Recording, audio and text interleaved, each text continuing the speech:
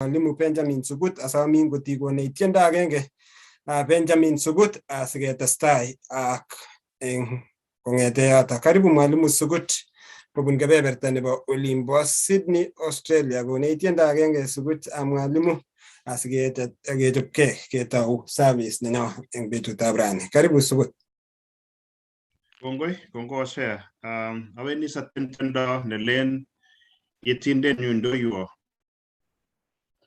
Huu ni wimbo ambayo inatuhimiza ama tunamwomba Mungu ili aweze kutuongoza katika safari hii tulio nayo duniani. Tunajua kwamba kuna mambo mengi ambayo yametukumba katika dunia hii, lakini tuweze kumwomba Mungu ili aweze kutuongoza ili tuweze kufikia ile utukufu wake mpaka wakatakaporudi mara ya pili.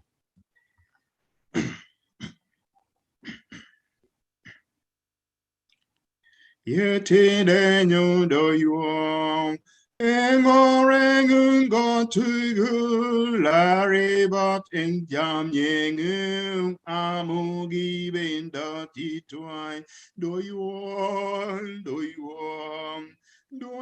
Jesu simabit do you betu shake to go Asi asku gotugu my jene sabandanyu Yega manyali luagi my way yegi twai inyega mangunenyu do you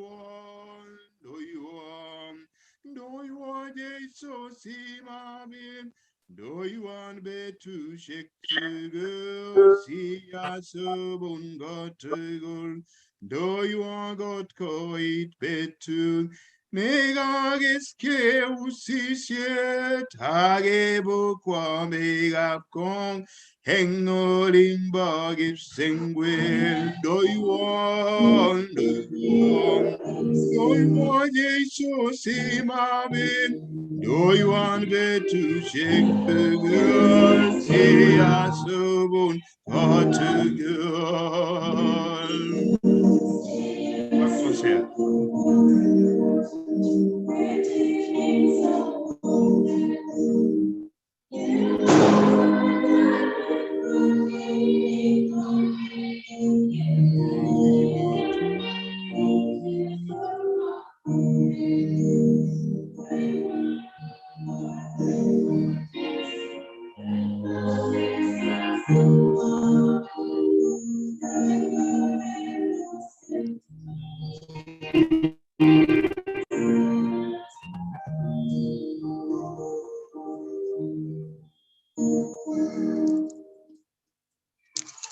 Nashukuru sana kanisa kwake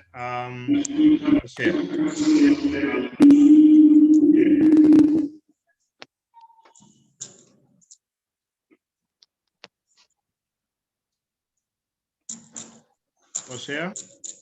Kongoi missing pen Sugut, naona Osea akijiandaa ndio aweze kuendelea. Kongoi missing kanisetab Cheptiret, biik tugul cheisube eng kebeberta nebo Facebook, eng kebeberta nebo Zoom, ak biik tugul chemite kobotech eng betutab rani, takatakwek tugul eng kainetab Jesu. Bwana asifiwe.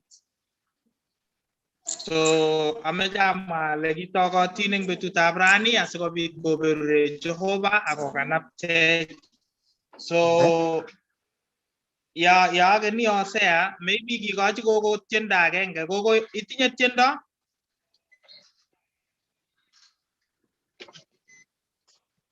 Unmuten ke gogo, itiai ke ngolongu ngolo.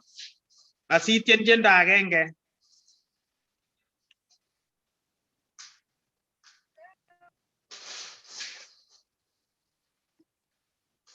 Ameche itiai ke ngolo gogo, unmuten ke.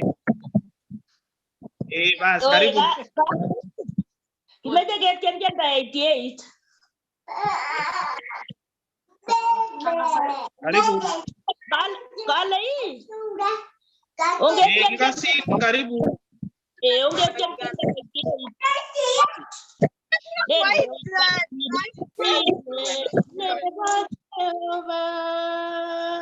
Rangwan jamye ngot kami tage kona hameta tuguke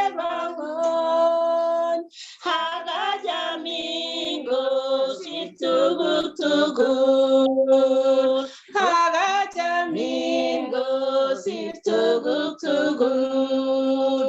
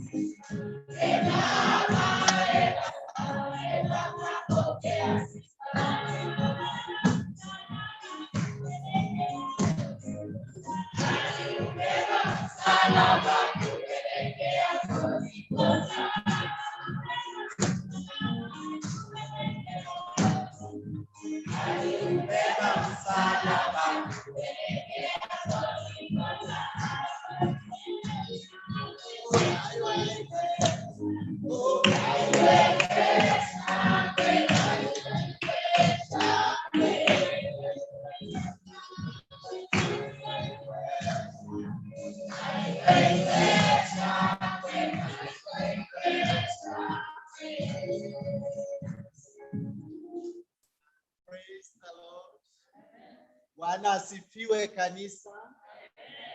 Nachukua nafasi hii kuwakaribisheni wote katika ibada hii. Inaitwa Reverend Meshak Mtoro, mchungaji au padri wa ACK St. Luke's Cheptiret Church and the Parish. Kwa hivyo nataka nichukue nafasi hii kushukuru Mungu sana kwa siku hii maalum ambayo Mungu alitupa ili tuweze kushiriki ibada hii pamoja na wapendwa wetu wote walioko Australia, walioko Marekani na kote duniani. Na kwa hivyo mjisikie nyumbani, feel at Jesus, feel at church, feel most welcome in this service. Kwa hivyo nataka nichukue nafasi hii nimpe Hosea ili tuweze kuanza ibada ya leo. Asante sana mchungaji wa kanisa la St. Luke's Cheptiret na wachungaji walio hapa siku ya leo, lay leaders, the local council, wasee wa kama na wakina mama wa Matash Union, vijana na watoto wa Sunday school na pia wageni ambao tumeweza kuungana siku ya leo, wageni ambao wameingia kutoka mahali tofauti upande wa Zoom. Kanisa letu Tumaini Fellowship Church upande wa Melbourne Australia, kanisa la Victory Point upande wa USA, na pia members wote mahali ulipo, wale wako upande wa Kenya, pia upande tofauti katika dunia hii, na pia watu wanaotufuatilia katika upande wa Zoom. Karibuni siku ya leo katika kanisa la St. Luke's Cheptiret Parish, Cheptiret Local Church, tukiwa na ibada maalum, tukiungana upande wa Kenya na pia upande huu wa dunia. Karibuni. Bwana Yesu akae nanyi.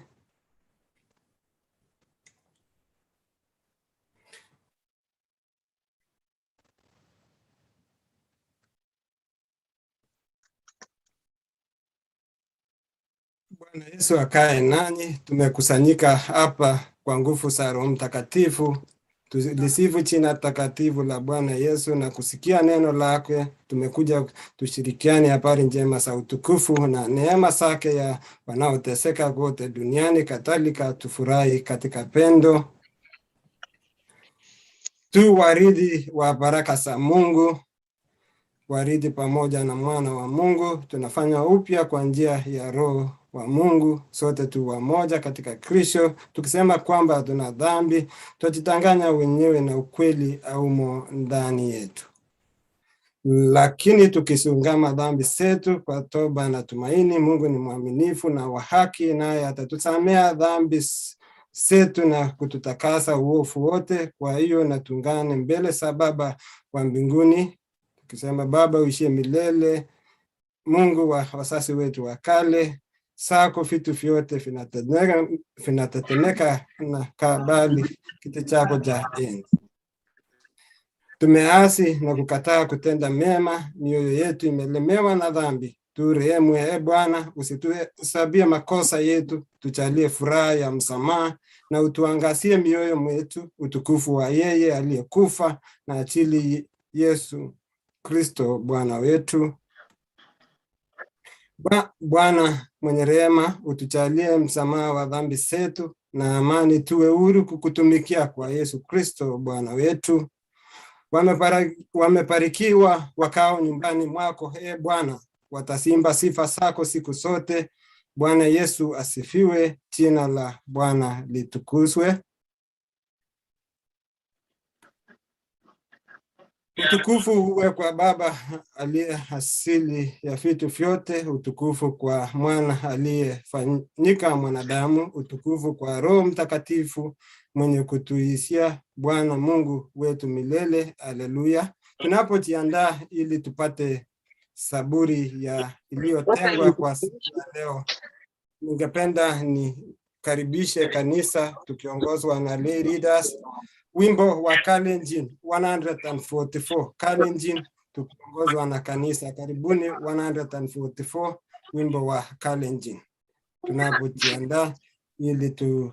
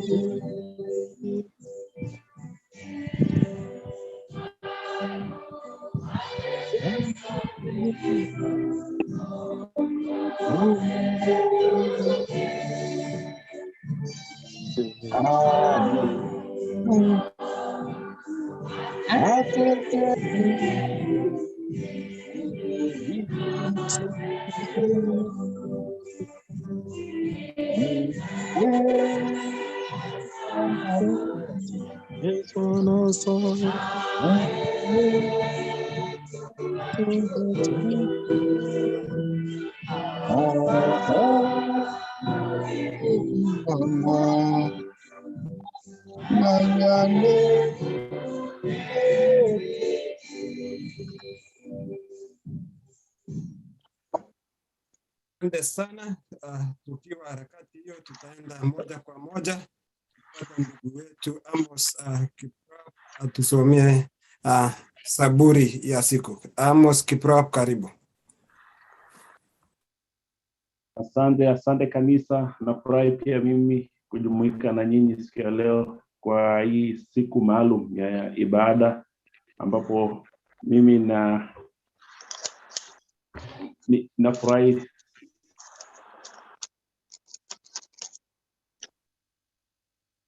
Poleni, kwa majina naitwa Amos Kiprop, niko upande wa Western Australia Path, ambapo wakati huu ni saa 9:15 upande wangu, na nafurahi sana kujumuika na nyinyi wakati huu napo jumuika kwa hii ibada maalum.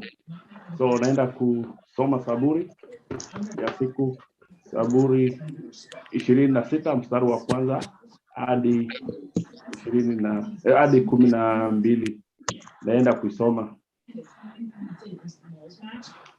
Mwenyezi Mungu, unitetee, maana nimeishi bila hatia. Nimekutumainia wewe bila kusita. Unijaribu, Mwenyezi Mungu, na kunipima. Uchunguze moyo wangu na akili zangu. Fadhili zako siko mbele ya macho yangu. Ninaishi kutokana na uaminifu wako.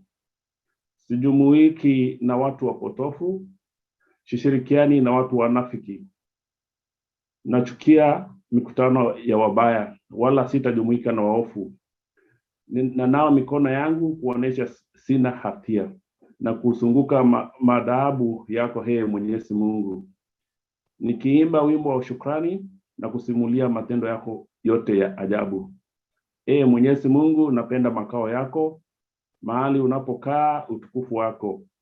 Usiniangamize pamoja na wenye dhambi, wala usinitupe pamoja na wauaji, watu ambao matendo yao ni maovu daima, watu ambao wamejaa rushwa.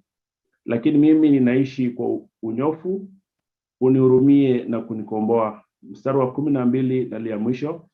Mimi nimesimama mahali palipo imara, nitamsifu Mwenyezi Mungu katika kusanyiko kubwa. Hilo ndilo neno la Bwana. Asante sana ndugu Amos Kiprop. Harakati hiyo tunapojiandaa ili tupate somo letu la kwanza, ningependa pia nirejelee kanisani, ni waombe lay leaders wetu watuongoze kwa wimbo Kalenjin 143. Kalenjin 143 tukiandaa ili tupate somo letu la kwanza. Kanisa mutongoze 143 Kalenjin.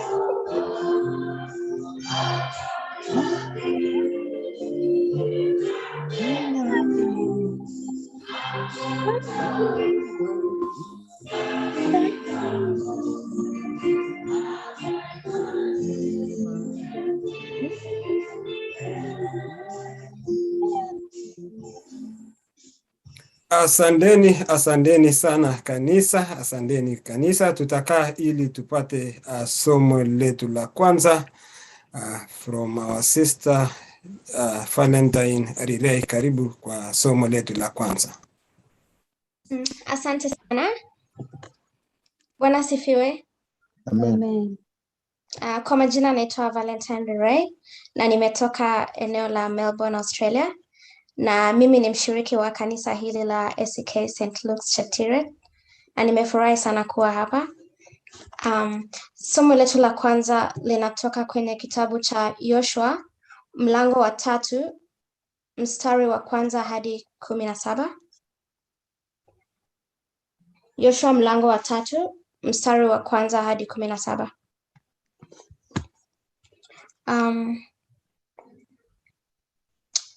inasema hivi: Yoshua akaondoka asubuhi na mapema, nao wakatoka Shitimu, wakafika mto wa Yordani, yeye na wana wa Israeli wote, wakakaa hapo kabla ya kuvuka. Ikawa baada ya siku 3, maakida wakapitia katikati ya marago, wakawaamuru watu wote wakisema, mtakapoliona sanduku la agano la Bwana Mungu wenu na makuhani Walawi wakilichukua, ndipo mtakapoondoka hapa mlipo na kulifuata. Mstari wa 4.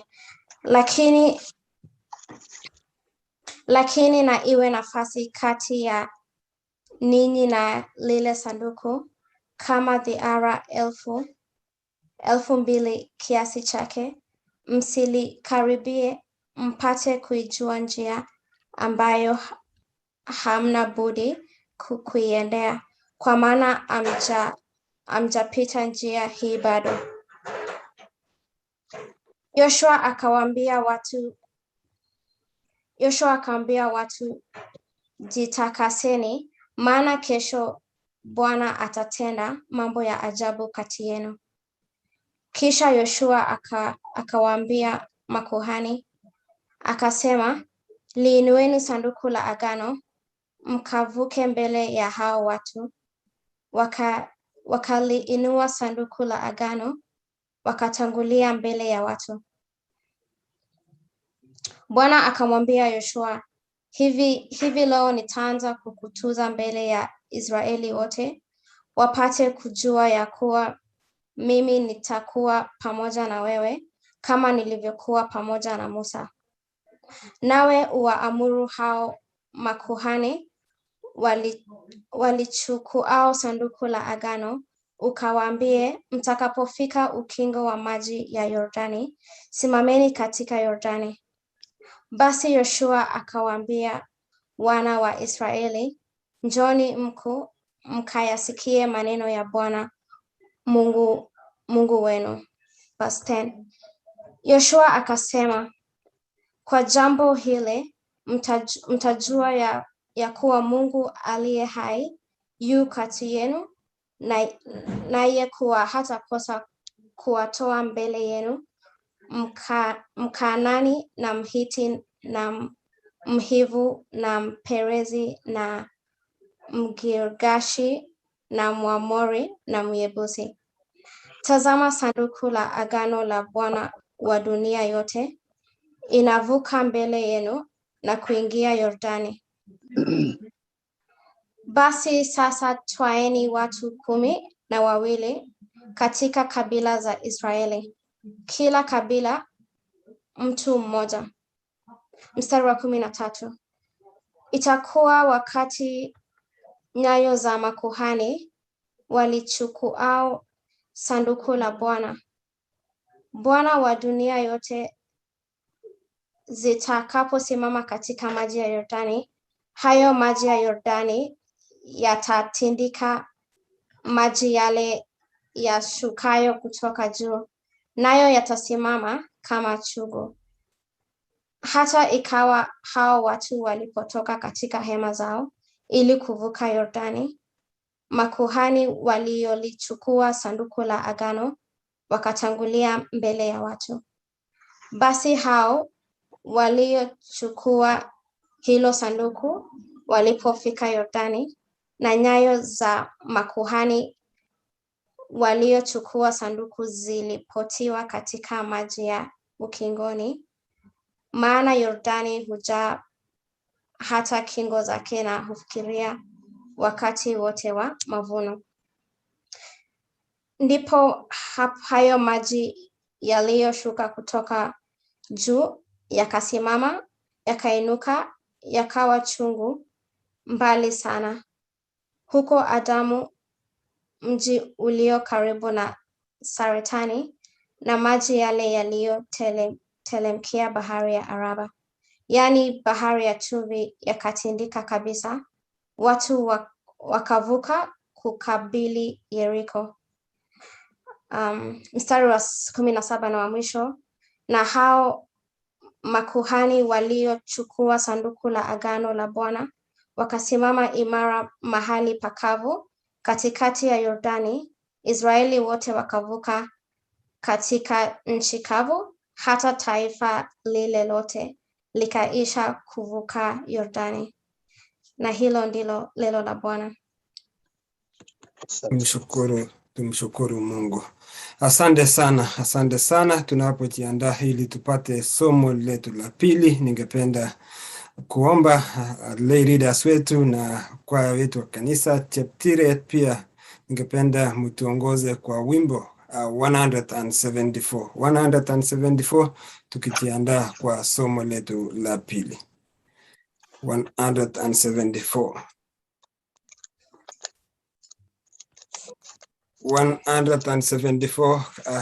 wimbo 174 kalenjin 174.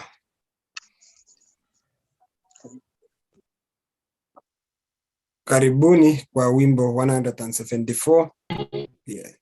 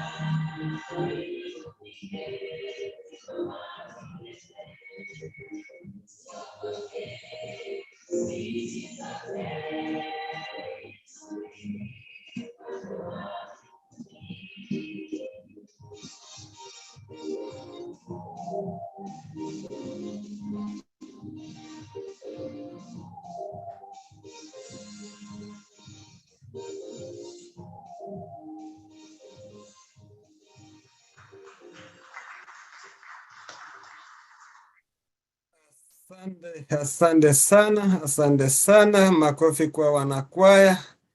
Makofi kwa wanakwaya. Hongera baki kwa wimbo huo. Wanakwaya pia mjiandae, ndawapatia nafasi baadaye pia muimbe wimbo ingine, na asante kwa kazi mzuri mnaofanya. Moja kwa moja hadi upande wa tuaenda tujiandaa ili tupate somo letu la pili kutoka wa sister Faith Quiet Asirma. Karibu kwa somo la pili. Faith, karibu kwa somo. Ni Cheptiret, si Cheptiret. Bali sawa tu pia. Bwana asifiwe. Unanisikia? Okay. Somo letu la pili litatoka katika kitabu cha Mathayo mlango wa 10 mstari wa 1 hadi 22. Mathayo 10 mstari wa 1 hadi 22, and saa zile mnaitafuta kwa majina nile mmeambiwa Faith Cheptiret, and natoka North Carolina, iko USA, and kwa wale tunashangaa ni saa ngapi saa hizi, ni saa 9:42 asubuhi, and tunashukuru Mungu kwa kutuamsha kwa siku ya leo. And tupate somo letu la pili, litakuwa katika kitabu cha Mathayo 10:1 hadi 22, na nitaenda kulisoma. Akawaita wanafunzi wake 12, akawapa amri juu ya pepo wachafu wawatoe na kupoza magonjwa yote na udhaifu wa kila aina. Na majina yao mitume 12 ni haya: wa kwanza Simoni aliyeitwa Petro, na Andrea nduguye, Yakobo wa Zebedayo na Yohana nduguye, Filipo na Bartholomayo, Tomaso na Mathayo mtoza ushuru, Yakobo wa Alfayo na Thadayo, Simoni Mkanayo na Yuda Iskarioti, naye ndiye mwenye kumsaliti. Hao thenashara Yesu aliwatuma, akawaagiza akisema, katika njia ya mataifa msienende, wala katika mji wowote wa Samaria msiingie.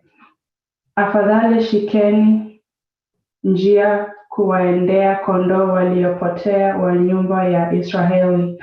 Na katika kuenenda kwenu hubirini mkisema, ufalme wa mbinguni umekaribia. Pozeni wagonjwa, fufueni wafu, takaseni wenye ukoma, toeni pepo, mpata bure, toeni bure. Msichukue dhahabu wala fedha wala pesa mshipini mwenu, wala mkopa wa safari, wala kanzu mbili, wala viatu, wala fimbo, maana mtaenenda kazi astahili posho lake.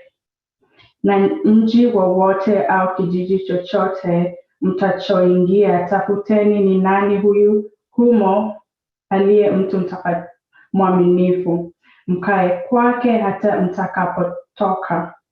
Nanyi mkiingia katika nyumba isalimuni, na nyumba ile istahili amani yenu na ifikilie, la kwamba haistahili amani yenu na iwarudie ninyi. Na mtu asipowakaribisha wala kuyasikiliza maneno yenu, mtakopa nyumba ile au mji ule. Kunguteni mavumbi ya miguu mwenu. Amin, nawaambia, itakuwa rahisi nchi ya Sodoma na Gomora kustahimili adhabu ya siku ya hukumu kuliko mji ule. Angalieni, mimi nawatuma kama kondoo kati ya mbwa mwitu, basi iweni na busara kama nyoka na kuwa watu wa pole kama hua. Jihadharini na wanadamu, wa maana watawapeleka barazani na kati ya masinagogi yao watawapiga. Nanyi mtachukuliwa mbele ya mauliwali na mfalme wa ajili yangu, kuwa ushuhuda kwao na kwa mataifa. Lakini hapo watakapo wapeleka, msifikiri jinsi mtakavyosema, maana mtapewa saa ile mtakayosema. Kwa kuwa si ninyi msemao, bali ni Roho wa Baba yenu asemaye ndani yenu. Na ndugu atawasaliti nduguye ili awaue, na baba atamsaliti mwanawe, na wana watawainukia wazazi wao na kuwasafisha. Mstari wa 22. Nanyi mtakuwa mkichukiwa na watu wote kwa ajili ya jina langu, lakini wenye kuvumilia hata mwisho ndiye atakayeokoka. Na hilo ndilo neno la Mungu. Asante sana Faith Chemutai Sirma. Pia tukiendelea na ibada, ningependa pia nichukue nafasi niwakaribishe watu wote ambao tumeweza kuungana siku ya leo katika ibada yetu, tukiwa upande ya ACK St. Luke's Cheptiret, kanisa ya Melbourne Australia, kanisa la USA na makanisa yote. Karibuni pia watu wanaotufuatilia katika upande wa Facebook, upande wa YouTube. Karibuni, tuendelee hadi tamati. Kwa wale wanijui, naitwa Hosea Kiprono Bor, niko upande wa Adelaide, South Australia. Nyumbani ni ambapo nimesaliwa ni sehemu za Tuluap Ngetuny, ACK Tuluap Ngetuny. So otakatin tugul alideni service en betutab rani. Wachungaji walio hapa, wachungaji walio upande wa kanisani, karibuni sana. Kwa nafasi ningependa nikaribishe attach kwaya Cheptiret, bado watupatie wimbo moja, halafu nikaribishe the coordinator of the service, coordinator upande wa Cheptiret. Pia atakaribisha secretary kwa matangazo hili, na tuendelee kwa ibada. Karibu wanakwaya wa Cheptiret, wimbo moja wanakwaya Cheptiret.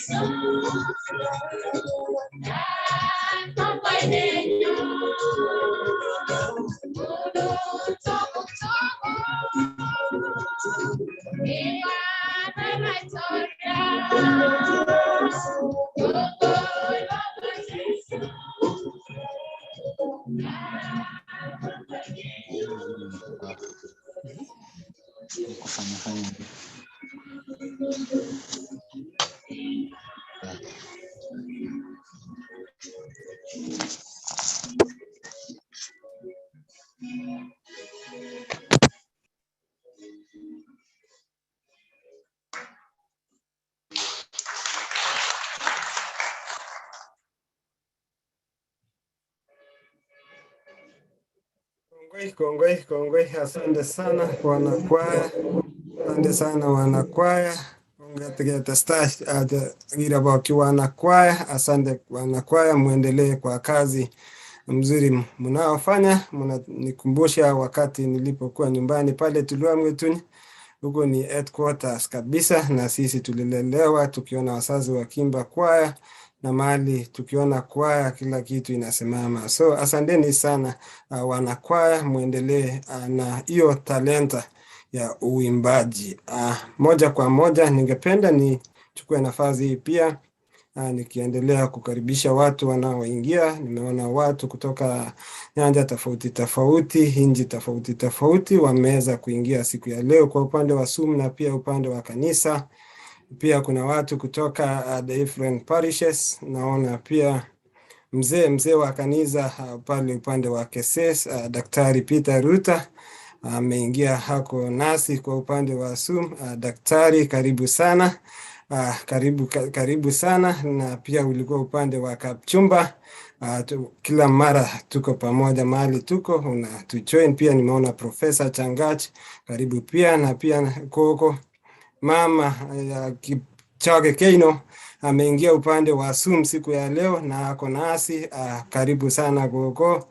Pia tuko na Pastor Joel Kimeta pia ameweza kuingia ako nasi siku ya leo. Iberura kanisa Cheptiret, kanisa ya Cheptiret, mumebarikiwa sana sana. Kila mmoja alisema leo lazima niingie kanisa la St. Luke's Cheptiret. Asante kwa kazi, asante kwa jina mzuri na kazi ambayo mmeweza kueneza injili kwa miaka nyingi sana.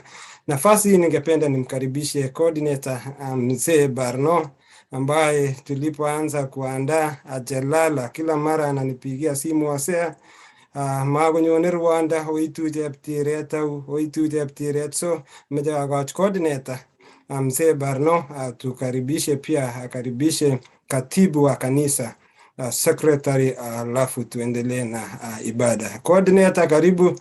Natumai siku ya leo utaenda kulala urapokti coordinator anapokuja mbele. Haya, asante coordinator mzee kwa kazi mzuri unayofanya. Karibu coordinator. Bas osea kanisa yetu na Cheptiret koi na base ni saga atak tunai da pieso le jamge ko gen betu tabra ko betu na ngani senyo pasen Luke's Cheptiret CK bangan utuk ya kitet ko ngete tarap sit igere tar sumok tele lo ko ga malo ki ke bangan ni hamoyen ki bangan mam betu ne de ko chama bangan ko ito amo jawale jangan sta Cheptiret takta tukul de mite masta Melbourne Australia demi America out kujure family tirita family the sirmas toda aktukul demi masta America demi Dubai na the sister and the brother demi Dubai na Valentine rire ko na osea sta sile akwi tukul autlele ko Australia kanisa tukul familias tukul ter demi kanisa tabrani ko koy na base sa atadak tukul ngane tapchi sole o karibuni onge sherekean betu nebra historic day nenyo nengetu kita mushek ele gitar somo ke de betu ke kai service apika Diaspora ko amjale ako to sa ke masin kongo missing amu mbet lu kai niona bakuti amu bet tu de testa ngono ke gero ko boy shekuti de meje ke magele kongo missing kongo amu mobo uti kuti kongo amu mobo uti kanise ne baka kira ba mut sige selu Cheptiret ta ko tai ke sabe ta Diaspora yo be angman de bra ke mi mut kele gongo ya mu ke konsitane kinge so amgele wegu viongozi jora kanisa asike ke erzo sektu ko testai ingengele this just the beginning it testai ko ngete utok age testai Diaspora services embetu ke bita aragi bot ko kale ta pio boyo mi ngi Australia kuma kwa kaleta pio ba yo mi America mi Dubai age ba tu tukul mi the world si o mi la to ko yo ga mukta indet riba ga mukta indet ngota ngara tu ki ke no sare ngurto yo ara ni se to ngele ko ngoy e boy so na testaira o to ga titol o ngoy auto sea mo utene e betu se kitai ko ngoy mi sing ma ja ta secretary ko tanga sa go ma tanga so tu tabra ari buti Asante. alen akata ko ni ngane ta pisa le jamke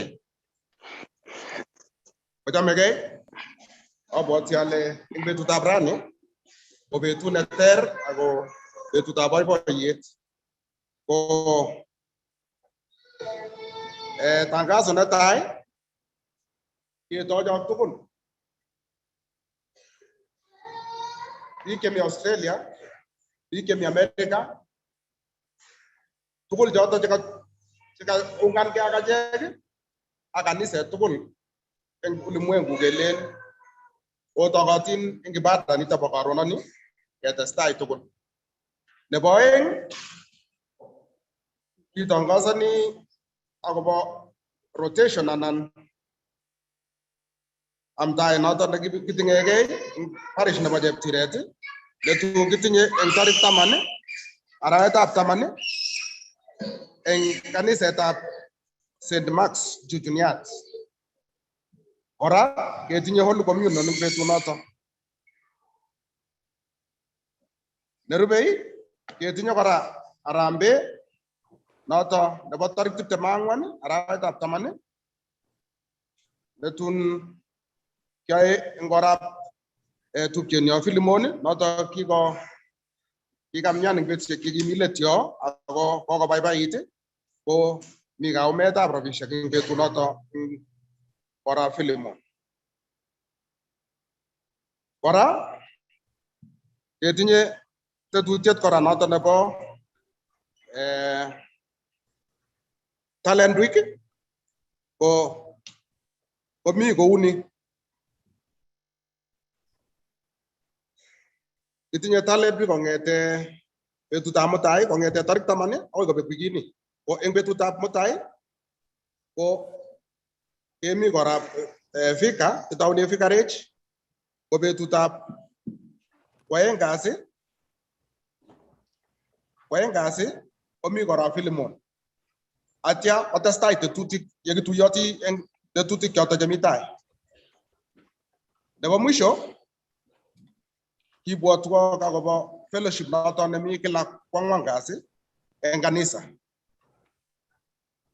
kelen oitu en saa 8 sikimuch ketestai akongen ale kora kotesetai kwaeng betut noton ko tejo kabarastautik chemi maimuch koit secretary onomchi akon apology nenyi ko onomchi en betutab rani ko abwoti ale en tetutik chekakipangan anan ko che kabarastautik chekami ko choto.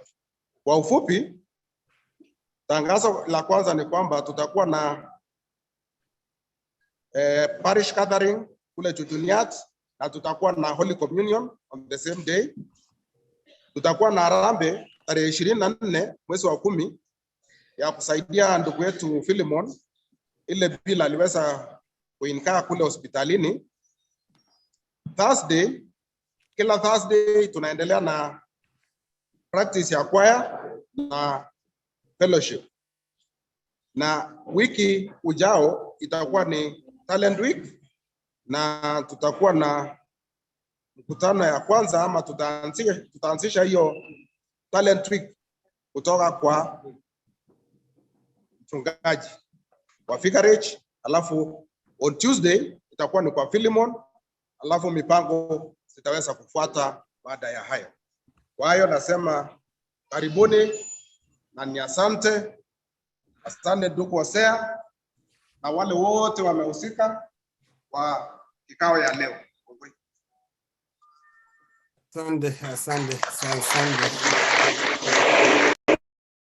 Asante sana the coordinator, asante pia katibu secretary na kaniset tugul kwa jumla kongoing takset nebo tach ne kyora ole bageljin eng betutab rani ketuye kanisetab Cheptiret ak kaniset nebo ole Melbourne Australia ak lagok tugul chebo kebebertab Cheptiret chemi takwek tugul eng gureretab asista kitinye biik kabisa eng betutab rani chekaingian ibada eng betutab rani. So moja kwa moja mameche aib boroindo ameche kityo aib nafas kora ninege kora akoch kityo nafas fika nebo Cheptiret Reverend Meshak Mutoro. Karibu mchungaji, sema neno alafu tuendelee. Karibu mchungaji Meshak Mutoro.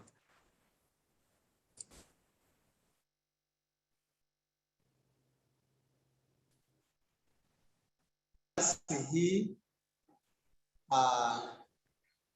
niweze kuwasalimu wote walioko katika kanisa letu la Cheptiret, walioko Australia, walioko Marekani na kote duniani. Nataka nichukue nafasi hii kuwasalimu wote katika jina la Yesu. Wale mnaniona, tusalimiane hewani, tusalimiane katika jina la Yesu. Kwa majina yangu vile mmesikia, Reverend Mesha Kamtoro, nampenda Yesu akiwa Bwana na Mwokozi wa maisha yangu. Nataka kuchukua nafasi hii kushukuru Mungu sana aliyetupa nafasi tufanye ibada hii maalum, ibada ambayo tumeweza kushirikiana na wapendwa wetu walioko ninji za ng'ambo na ninji zingine kote duniani. Nataka nimshukuru Mungu kwa wapendwa wetu walioko Australia, Hosea na timu yako, pamoja na walioko Marekani kwa kukubali ili waweze kutuongoza katika ibada ya leo. Na nataka nishukuru kwa sababu bado wanaweza kutumia lugha yetu ya nyumbani hata ingawa wako kule ng'ambo, si ndivyo? Tunataka kushukuru Mungu sana kwa sababu ya ninyi pia ambao mmekuja leo ili tuweze kuabudu pamoja. Wacha Mungu awabariki, Mungu aweze kuwainua, tutarajie kutoka kwa Mungu, si ndivyo? Tunaamini ya kwamba Mungu atatubariki jinsi tulibarikiwa katika ibada ya watoto asubuhi ya leo. Pia tunaenda kubarikiwa katika mahubiri ya leo. Mungu na awabariki, Mungu azidi kuwatia nguvu. Asanteni wageni wetu walioko Marekani, walioko Australia na hata wote ambao wameshiriki nasi katika mtandao. Na Bwana asifiwe. Amen. Asante sana mchungaji, asante sana mchungaji. Tunapojiandaa hivi warasiketach mchungaji wa upande wa Tumaini Fellowship Church, ningependa pia nikaribishe wakina mama na wakina baba, muungano kwaya na wakina mama na wakina baba watupatie wimbo mmoja. Tienda agenge angolinjin angot baba akina mama tienda agenge, alafu tuendelee na program. Karibuni, wimbo moja. Nakatonga lando sijeget kwa amejiki choko kwa ni tienda kitu agenge.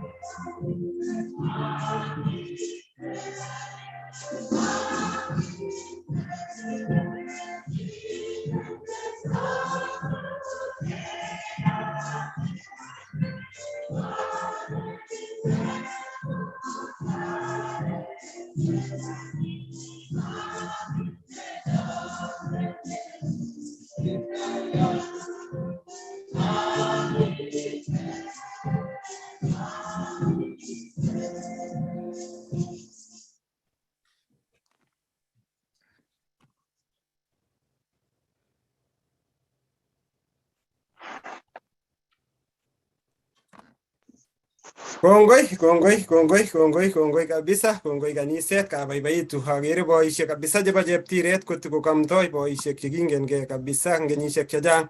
Ako kabaibaitu, agere kabisa kelach uniform chechotok bo kama. Ale mang'ete ae boisiet nemie eng betusiek tugul ak wakina mama chebo lay readers chechok ak wakina mama chebo Martha's Union. Pongezi ongetestai kelumde eng ng'oliotab kamuktaindet ak kasit nemyach noai. Moja kwa moja amawi akochi mchungaji Pastor Moses ko niaba tugul nebo kokwet, niaba nebo kanisesiek tugul chebo eriait chebo parishisiek tofauti ak kebeberta nebo emetab Kenya. Daktari Peter Ruta, karibu ikatishe daktari, karibu. Ikat kaniset daktari, kakosam kaniset kale tom kekere daktari kokatishe eng Zoom. Karibu daktari. Bwana asifiwe. Kongoi Pastor Hosea, kongoi washiriki tugul chebo Paris na Cheptiret, washiriki wote kutoka Australia, Marekani ak Diaspora kwa ujumla. Amache boroini awekyi Jehova kongoi eng oret agenge ne inegei amu boroindo ak miendonyi noto ne akonech. Kongoi Pastor Hosea, Reverend Hosea ak timing'ung eng olimbo Australia amu panganet noto ne okonech sikepchei sirutik chetililen eng oret agenge. Awekchini kongoi families chemi America, family nebo Kujurei ak tugul chemi olindok chikemuch kondochi service nebo Sunday school. Kamuch asub program nebo Sunday school ak nikanyo sehemu nebo aeng. Ko tunashukuru Mungu kwa hayo yote kwa sababu mnapojiandaa tunashukuru Mungu. Kongoi boisiekab Cheptiret kondochin boisiek ak chepyosok ak neranik ak Sunday school. Ko mamache aib boroindo neo amu emosto noto nekitinye kekat logoiwek chetililen. Kongoi eng tuyet nekibo kapchumba nekibo St. Michael's Tulwab Ng'etuny ak tugul chetesetai. Abwoti ale makonekit kenyoru kora eng St. Peter's Keses. Atochok si yekitestai kenyoru kibagenge. Kongobirwok Jehova kakimi ak boisiek chebo kapchumba karon kale katwok ak amuchu chechang amu katinye boisiet. Ko akono kokotiet amu boiboen kora Eliud Arap Rono ak Hilary Lerida. Ko kongoi mising Hosea, tunashukuru sana amu kionamdai noto nebo Jehova ako tesetai undoi taitanyi.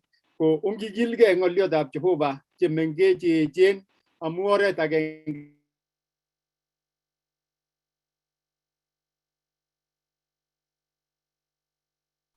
noton nekimakchinigei eng emetab Kenya tesang kui kaogas ongerib miendab Jehova kai tugul kongoi kagas somanutik kosomani lakwetab rirei ak lakwet age abaibaitu amu taikase kutit ko sawa. So I really want to thank God kongoi ngemitei mtandao ku Professor Changach secretary nenyo nebo diocese ak tugul ko asante Sea kwa hayo kwa hiyo nafasi na pia kushukuru wote ambao siku ya leo wamejumuika kwa ibada. Nguburu Jehova. Asante sana daktari ikaitaka tioshek ngudimba St. Peters ngodam kamuktaindet ngenyi angtai akuta kirutadini kora olimba St. Peters ngongoi you have been part of us wherever we go kimite pamoja. Asante sana. So moja kwa moja kongete olimba St. Peters cases amejegebe hawai kebeberta nebo Melbourne Australia ata mchungaji nebo Tumaini Fellowship Church ijeget chebo imuch sigeit olimba Cheptiret ako kiko kebe kanisosiek chechang kabisa mjata Pastor Moses. Karibu Pastor Moses. Kongoi missing Osea kanisetab Cheptiret ameche akataka kwek tugul eng kainetab Jeiso. Bwana asifiwe. Bwana asifiwe kanisa. Wote ambaye muko kwa Zoom, Bwana asifiwe. So wacha nichukue nafasi hii nishukuru Mwenyezi Mungu kwa sababu yeye ndiye ambaye ametuwezesha tuweze kuona siku ya leo. Ni siku ambaye tumeombea, ni siku ambaye tumeweka mbele za Mwenyezi Mungu kuongea, kujadili na kupanga.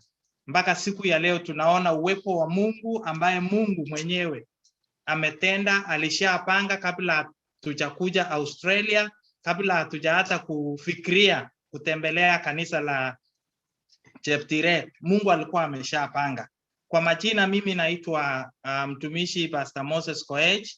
Mungu amenibariki niko na jamii na nitambatia mke wangu aweze kusema hai alafu tutaendelea. Karibu.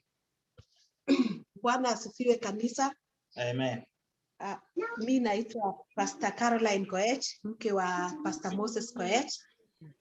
Tumebarikiwa sana, tunashukuru Mungu kwa sababu ya upendo wake na neema juu ya maisha yetu. Tunashukuru Mungu kwa sababu mipango yake hakuna anayejua. Ngobanga ndole we koma mijine le najicha. Akongola ajicha koma mijine le we. Ko kararan den panganutikab Jehova. Kongoi mising kanisetab Cheptiret nekakotachech ak chi tugul nekero. Ameche ale koberurok Jehova akwoiwok nemie atya komutatak betusiek tugul. Atesetai ameche acherat kityo ngonale ngoek samutikab mugulelwekcho, ngoek sometab muguleldonyo kokoborwech Jehova oret. Yekisomani siposomanchigei kitabutab tienwogikab Kalosunet 339 kaitet 23 ak 24 sikobit koberurok Jehova akwoiwok nemie. Kongoi mising. Kongoi sikobit koberurech achek tugul Jehova akwoiwech nemie. Kamale kimite kebeberta nebo Melbourne ako kimite ak kiboitinik chemite kobotech eng betutab rani. Ameche amwa ale kitinye boiboiyet neo mising. Nataka niendelee niseme ya kwamba kila mmoja ambaye anaingia Zoom tafadhali uweze kumute ili sauti yako isisikike wakati mtu mwingine anaongea. So nashukuru kanisa la Cheptiret kwa kuweza kutualika tuweze kushiriki pamoja. Sisi ni kanisa la Tumaini Fellowship Church Melbourne. Tuko na mchungaji ambaye ataongea na tunasaidiana pamoja. Na tumeona uwepo wa Mungu. Kigeger nyeindab Jehova, kigeger tuguk chebo kwong'et kong'etegei ngeitu emoni bo Australia. Kigebe kanisosiek chenekit 6 nebo 6 ni kemite eng betutab rani. Kikitaune kanisetab Kaptagunyo AIC, kebe kanisetab Kamoiwo, kikebe kanisetab Kapchumba, kikebe kanisetab Tulwop Ng'etuny, kikebe kanisetab Chepkoilel, ak eng betutab rani kemite kanisetab Cheptiret. Ako mite biik chekikosubech eng kebeberwek cheterchin. Tuko na mwimbaji ambaye ni legend wetu anaitwa Joel Kimeto, tumekuwa pamoja na yeye, tunashiriki pamoja na yeye. Na kuna watu wengi ambayo wanatufuata wakiwa Amerika, wengine wakiwa Canada, wengine wakiwa Poland, wengine wako Dubai, Qatar, na wanasikia neno la Mwenyezi Mungu. Kwa kwanget Jehova kingotoige corona kele ngigere kanisa, lakini koyat Jehova en oret nebo kwanget. Amu Jehova komami kiy netemene. Jamanikab Jehova ki kanisetab Tumaini ako kingeker kele kimeche keipchi kanisosiek olimbo gaa. Ko kikibwat kele kingebwone emotinwek yo kiamisi, angen kanisetab Cheptiret ko kikoamis lagok chechang waende ng'ambo. Na wakati ambapo wanapeana kwaheri, mtu anaposafiri kwenda ukenini, kanisa wana participate, wanatoa, wanahubiri, pastor kelejin pastor yamis lakwet akoi koite hapo.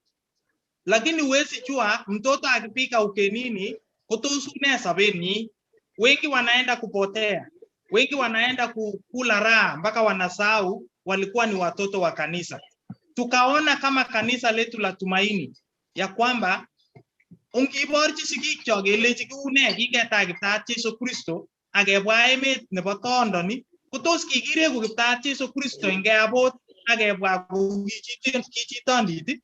Eng betutab rani kemite kanisetab Cheptiret. Kanisetab Cheptiret otinye lagokwak chemite tokwek cheterchin. Ko yekitar kanisa kokotis lagok. Oker ngitinye sigindet lakwet nemite bitonin ko koitebekei ilen kotos une lakweng'ung nekiwo bitonin. Kimite emet nekikibwa keset. Ko kisete tai ak katam ako Jehova neindoiwech. Bwana asifiwe. Komwa en kitabutab Kolosaik 2:6 akoi 8 nekitonone atkan tugul yo kibwotchinigei. Komwa kole basi kama mlivyopokea Kristo Yesu Bwana, enendeni vivyo hivyo katika yeye, wenye sina ya wenye kuchengwa katika yeye, mkifanya imara kwa imani, kama mlivyofundishwa, mkisiti kutoa shukrani. Kama vile tulifunzwa nyumbani. Je, unatembea katika ile imani ambaye msasi wako, mama, kila mtu ananginye yuche kiptaat Yesu Kristo? Noto neketononi. So in betutab rani jamanikab Jehova tuko na wachungaji, na kabla sijapatia our senior pastor, tuko na mchungaji ambaye nilisema ni mama wetu, she's our mentor. Kikong'ololwech kocherech ako inendet neketiegei akai keng'ololchini ko kibik chetako kimengechen, very young family, ko inendet ng'ololwech. Ameche akochi inendet kikure Pastor Grace, mite olimbo America. Karibu mchungaji.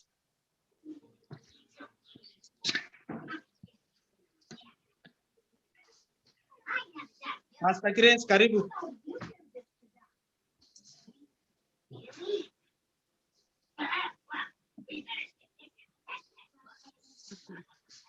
Haya.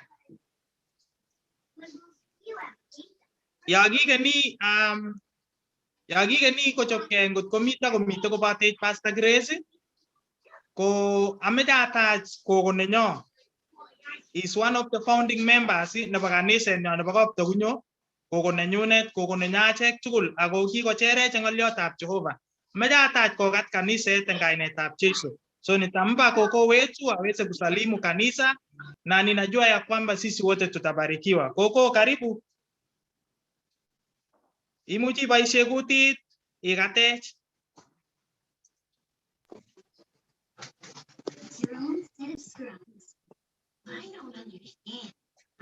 Ameche akakwek tugul eng kainetab Jesu ale chamgei.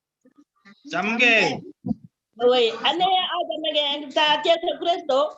Kikesorwo asikunot ako kiasiku akwasikunot akot nguno. Achame Jesu ne nangen komie ale kiamage kit agenge Jehova noto nachenge nemite en tienwogikab kalasunet 27 komwoe ng'oliondonoto kole kiamage kit agenge Jehova noto nachenge ale atebe konyi en betusiekchuk tugul koteasobe. Boiboitu nebo kwong'ut nebo Cheplaskei nebo Cheptiret nekakanis boisiet chekang'ololso ak akakas komie kotinye Jesu. Makokaitu nebo kwang'ut kotko nguno akoti kanisanoto bo Cheptiret ale angen boisiek alak, angen kora biik alak. En kainaikchuk korok kotomo atestai kekurenon Jane chepyosop kapkeino. Kiatach Jesu Kristo koek yetindetab sobondanyu. Noto amune siasobe ko amu inendet ako inendet ne akose atkan kora. Kotomo asoman sirutiet ne ameche sikobit asomonwok, ameche atien tiendo agenge nongen ale kialosu Jehova atkan kora ak angen ale inendet nekikoribo, inendet nekikondoiwo. Ameche atien tiendo nemwoe kolen tiendo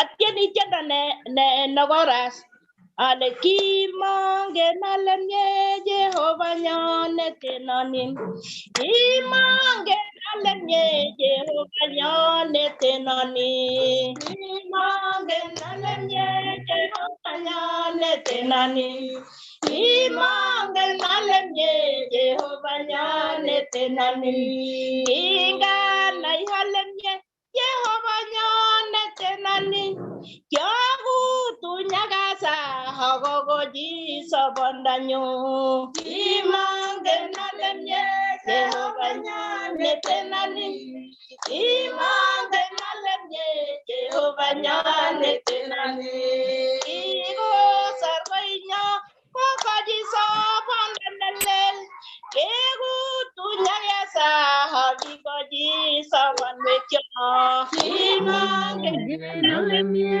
Jehova nyonetenanin, kimongen ale mie Jehova nyonetenanin, kinganai ale mie Jehova nyonetenanin, kyakutu nyakakur akokochi sobondanyu, kimongen ale mie Jehova nyonetenanin, kimongen ale mie Jehova nyonetenanin, kikosor kapkeino kokochi sobondanelel, kekutu nyakesa akikochi sobonwekyo, kimongen ale mie Jehova nyonetenanin, kimongen ale mie Jehova nyonetenanin, kikosor lagokchok kokochi sobondanelel, kekutu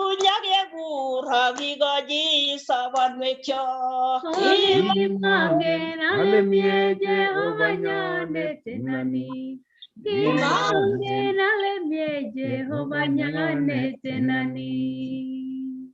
Kongoi kabisa, ameche asomonwo sirutiet agenge nemitei atepta mitei Jeremia. Kimeche keker ng'oliot agenge nemitei Jeremia akate kaniset tugul, akate biik tugul chekase ng'oliondoni chomite Australia ak chemite akot gaa chemite kimostab Keses, Cheplaskei ak Cheptiret. Ko ng'oliot nemitei tienwogikab Jeremia 16 koitet ko 9.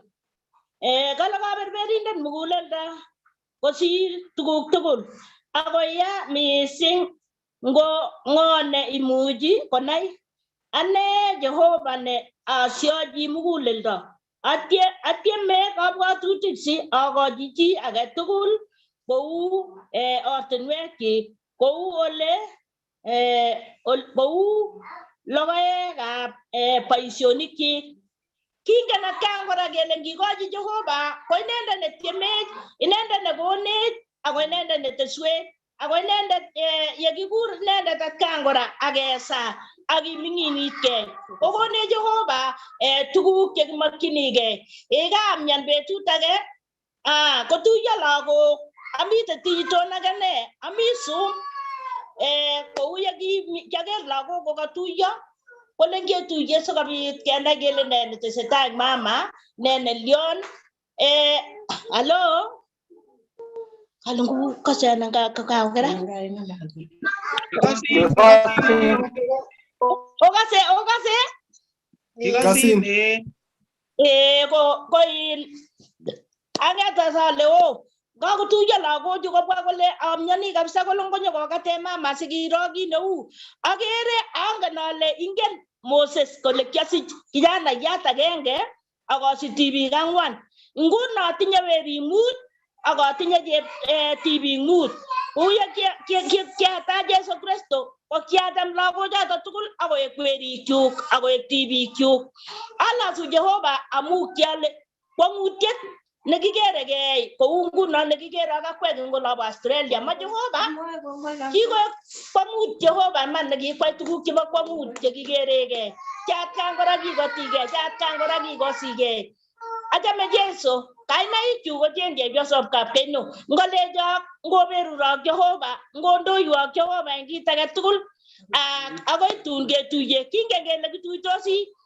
makoi kile makituitosi lakini kituitosi eng Jehova ngotko makituye komakingen kikosich atkan kora kele mi kipsengwet ne ngotko makituye ngoli ketuitosi ngoli bo kipsengwet ako nesirei kerib kayanet kiberurok.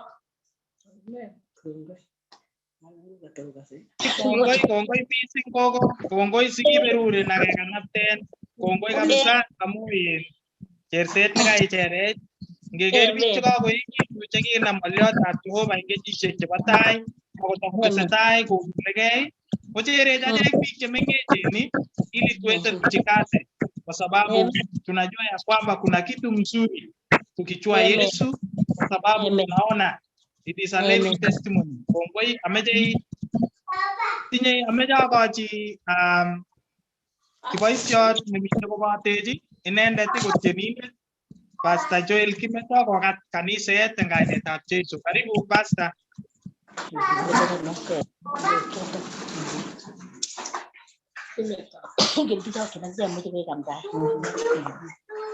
Gogo ameche imuten sin neng'ung'et gogo. Kongoi gogo.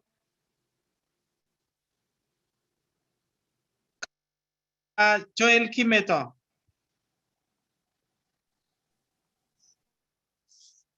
Kongoi kole ngwany ukason akasaksei. Kikosin kabisa testai. Kongoi Pastor, kongoi kaniset nebo Tumaini. Amache amwachi kongoi kamuktaindet nekikoyai komukak ketuiyo akoten soet. Amu Jehova ko kamuktaindet neyoe tuguk tugul eng olen kowekitu tuguk koyoe tuguk akoyote oret eng ole mami oret.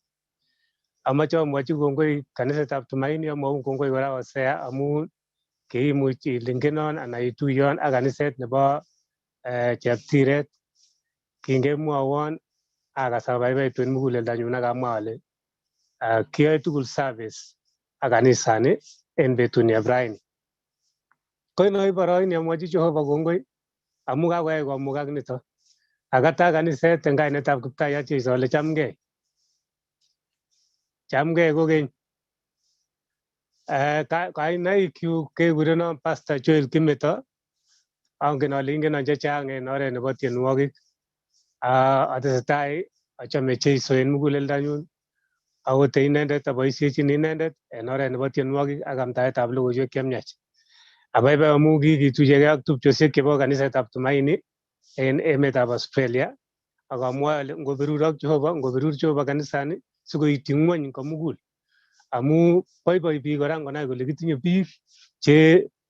biikyok chekiba kong'ete gaa oli ak ip konyor borotet ak konyor boisionik chenomwei lagokyok chemiten emetab Tondi, chenomwei biikyok chemiten sang asikomalusyo asimabetyo. Amu oo betotet en kenyisiechu kimi kosir betusiek alak. Kingen kele nekit konyo Kiptayat Jesu ko en noton ko chirchireni bunyot setani mising kobete biik. Kongoi amun kikichut kochut kaniset internet amu kingait internet ko kichut korok bunyot oloto. Ongen ole setani ko opportunist. Obwoti kin komang'u Musa en emetab Misri kokakoyat Jehova oret en araraita anan en nyanjet kotieme kora koboisie oloto ele kayat Mungu. So kokitobetos lagokyok chechang en atebet nebo online sichu ak tuguchu alak lakini kondo kora kamuktaindet asikosor biik en oret neu neni. Amache amwa ale kaniset en betusiechu ak kaniset nebo Cheptiret ko berurotin yon ochenge Jehova, yon kitiengei Jehova, yon kimong'u inendet Kamuktaindet nesobe. Chi age tugul ne membayatab kanisa itindoi mieindo nebo Jehova, itindoi rirge nebo Kamuktaindet nekikotiny muguleldang'ung asinyoru kamong'unet nebo sobondab koigeny. Ichulchigei niton ak iyai koik nebekyinot amu mamiten kit age nekikikochi chito, yani duty nebo chito kosir korib muguleldanyin. Amu kakile boisietab chito kochob muguleldanyin, machobchin chi age. Ko yon imi koi member en kanisa, i kristianin nekiisiku, ko boisieng'ung en betut age tugul iker ile kebai sobondang'ung en tuguk chebo tamirmiriet asimakiitin kong'et tuguk chebo emoni chebo bori ak komaluch ichechun alak kot komakenyoru kit nechomu. Kimwoe Jeiso kole o munyukab ng'weny, kole ako ngobet anyinyindo nebo munyuk komakotile kiy kotakomi ako kilokto siketyekat. Ko maechek chekityekote, kimache kotok Kiptayat en echek ak keyai boisietab Kamuktaindet asikenyoru kit nekimwoe akot en betut nekakurech inendet. So kokoti kanisa akomwa ale ngoberuro Kamuktaindet, ngotech Jehova kanisani, ngokimit neranik, lagok chemengechen, boisiek, chepyosok, okimekitun en Kiptayat akomwoe kokeny ale okimekitun ngoberurok Jehova. Amen. Kongoi missing Pastor Joel Kimeto, umekuwa baraka wetu kama kanisa letu la Tumaini. Wacha Mungu akubariki. Kuna siku yenye utakuja kutembea nchi za Australia, sisi tutakukaribisha. Si nyonya ikate akitienwech asikobit koberure Jehova akwaiwech nemie. So kwa nafasi hii nitampa mchungaji wetu ambaye is our senior pastor kwa kanisa letu la Tumaini, ambaye yeye ni Reverend Lelei, aweze kuongea kuweza kusalimu kanisa, alafu amkaribishe mnenaji. Na kabla hajamkaribisha mnenaji, utampatia Pastor Kimeta aimbe wimbo moja, alafu tumkaribishe mnenaji. Karibu mchungaji. Okay, alen kotoma testai akotak tugul en kainetab Jeiso ale chamgei. Konerube notok kimi ak kwondanyu emoni bo Australia, Melbourne, so ameche akochi nafas akine kokatech satestai. Karibu. Bwana asifiwe. Ngainaichu kekureno Mrs. Alice Lelei akalen kongoi missing en kaptuyoni betutab rani. Kongoi en Cheptiret sikai nekakotachech kijirani kibunu Seiyo. So tunashukuru, wacha tubarikiwe pamoja. Thank you.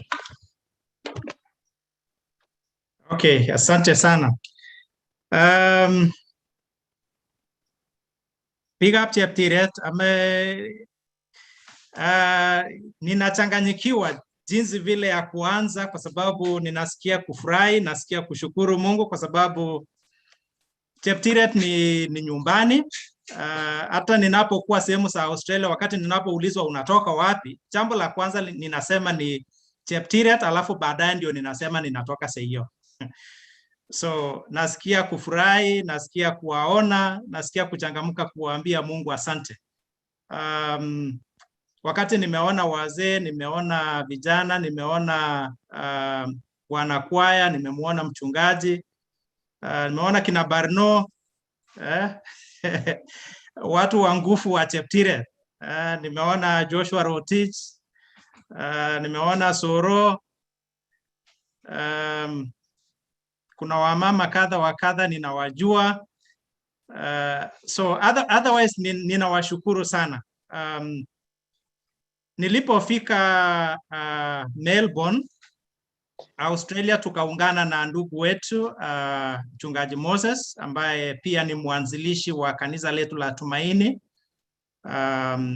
Fellowship Church, na tumeiendelesha hiyo kazi kwa minajili ya kusaidia watu wetu ambao wako katika nchi hii ya Australia na pia wanatoka kwetu nyumbani.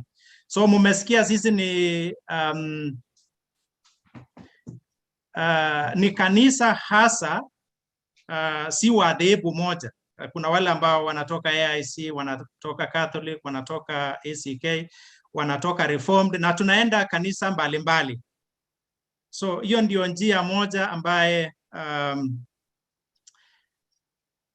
ningependa kusema kwamba hata hivi karibuni tutaenda kanisa la Seyo. Labda ni kanisa ambalo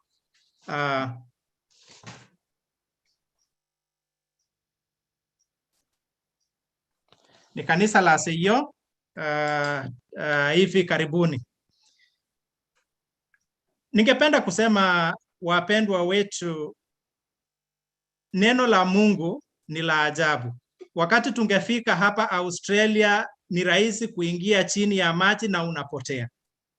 Lakini tumefika na lile ushuhuda la kipekee ya kwamba hatutaliachia chini neno la Mungu, lakini tutaitoa na kuiweka iwe ni mwanga. Na hili ni jambo ambalo Mungu ametusaidia. Mungu ametusaidia na kwamba tumeunganisha nchi mbalimbali. Tumeunganisha nchi ya Australia, tumeunganisha nchi ambazo ziko sehemu za Europe, sehemu za Marekani. Tumeungana na makanisa yetu sasa ya nyumbani ili tukaweze kusikia pamoja neno la Mungu. Otherwise ni rahisi kusema ya kwamba hakuna mtu ananiona. Unaweza kujificha na kufanya shughuli zako. Lakini tukasema ya kwamba tutaiweka neno la Mungu kwa taa, iwe ni mwanga ambaye linatusaidia sisi tukiwa watumishi wa Mungu na watu wa Mungu. So nataka kufurahi na kusema asante watu wa Cheptiret, hasa mchungaji Rire ambaye wakati mwingi sana amekuwa akitufuata. I think that is the energy ambaye tunaona ya kwamba Mungu anaendelea kutupatia. Na neno la Mungu likatuambia katika kitabu cha Acts chapter 1 verse 8. Ni neno fupi tu ambalo linasema ya kwamba you will go preach the word of God from Jerusalem, Judea, Samaria and to the rest parts of the world. Ya kwamba neno la Mungu, mutaondoka katika lile mji ambalo mnakoishi, muende katika nchi ya Yerusalemu, mutaenda Judea, mutaenda Samaria na kote ulimwenguni. That is why we are in different times of the world as we are in this Zoom. Kuna watu mnasikia ni usiku, saa hii hapa Melbourne ni saa 1:44, just a few minutes to saa 2 usiku. Nyumbani inaelekea labda saa 6. So we are in different times, lakini zizi zote tumeungana kwa minajili ya neno la Mungu. Wache Mungu atusaidie, wache Mungu atuongoze, atutetee na atufanyie yale ambayo Mungu atatunenea. Otherwise nimefurahi sana, nimefurahi kuwaona watu wetu wa nyumbani, watu wa Cheptiret. Nasikia tu kushukuru Mungu. Kuna wakati mmoja nilifanya kazi karibu na sehemu inaitwa Granbourne. Kwa kiager street imeandikwa Maramba. Abwat ka bruti chole angomite street ngwang nemyole ba Australia ulitos kiometa joli agoweka kanan. So mangen tunganyo chine ngwang nyeporo because there is a street inaitwa Maramba Street. So otherwise watu wa Mungu mubarikiwe sana. Para guroni para imoni kwa kakitar ibada kote gemwa agengo aeng. Picture me Australia in was slightly about 20, karibu 27 million. Continent mzima ni Africa. Acheke ngulo gurona kagiriki 50 million. So ongecheng nafaso yegimi ole kimuchi kekonog information atie sikotoretech kamuktaindet noto kakibwa Zoom eng betune brane keibu ngolyotab Jehova ako nesire noto kora kengololjigei kele biik chetokomi oloi kotokomi nafas ole mi tokomi nafas America tokomi nafas Europe ko biik chetokomukoksei kemoche kotobwa oli nyeketocho komie uye kitoche mchungaji kimeta kuye nyone ak wachungaji chebwone kemwoe kele kitoche ak ketoche biik chebwone So mi daraja tayari. Ungigilge kou notok koy kaketar ibada kotekemwa kou notok. Wacha neno la Mungu wacha neno la Mungu liweze kuendelea. So nataka nimpatie nafasi. Kuna mchungaji anatoka sehemu za Uganda, nataka nimpatie nafasi aweze kutusalimia, alafu tutampatia mchungaji Kimeto atuimbishe wimbo moja, alafu tumkaribishe mnenaji wa siku ya leo. Mchungaji kutoka Uganda, tafadhali, nafasi ni yako.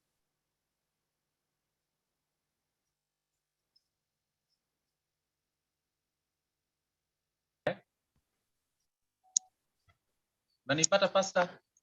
Yep, unasikika. Karibu. Okay, asante. Naitwa Maima Joseph. Asubuhi ya leo nataka nimshukuru Mungu kwa sababu ya uhai na upendo ambao amenipa. Nataka nishukuru kanisa la Tumaini na kusema asanteni kwa ushirika mlioanzisha kule na ambao umeunganisha watoto wetu wote wanaoenda kule. Kama ulivyosema mchungaji, ni rahisi mtu kuingia chini ya maji, lakini naamini ushirika huo unawaunganisha wengi na kuwasimamisha imara. Asante kwa kazi ambayo mnafanya wachungaji. Mimi ni mzima nikiwa Uganda. Ninamwinua Mungu na kumshukuru sana.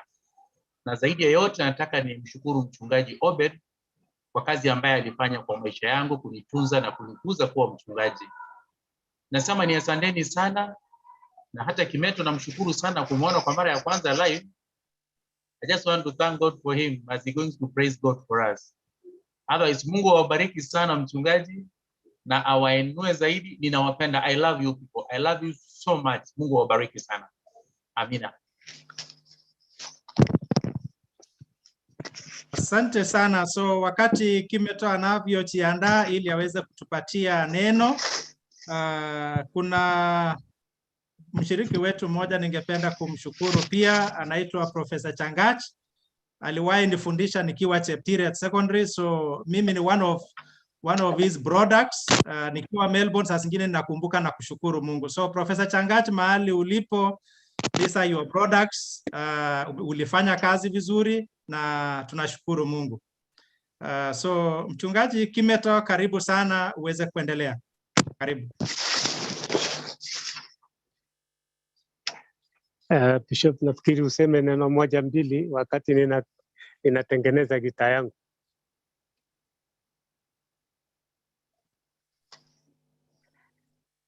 Najaribu kutengeneza gitaa, ndio nimeenda kombo kidogo. Okay, sawa. Inakubalika. So ningependa still wakati mchungaji Kimeto anajiandaa, watu wa Cheptiret pia nataka ni wa challenge kwamba kanisa ambalo mumejenga kweli kanisa la Mungu.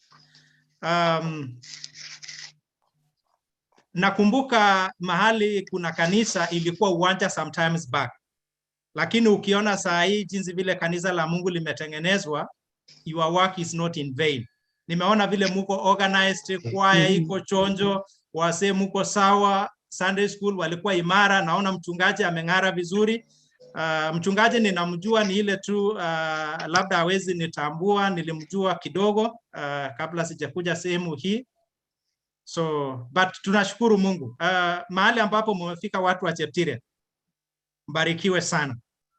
Mbarikiwe sana. We give you our blessings. Mchungaji Kimeto, karibu sana. Amen.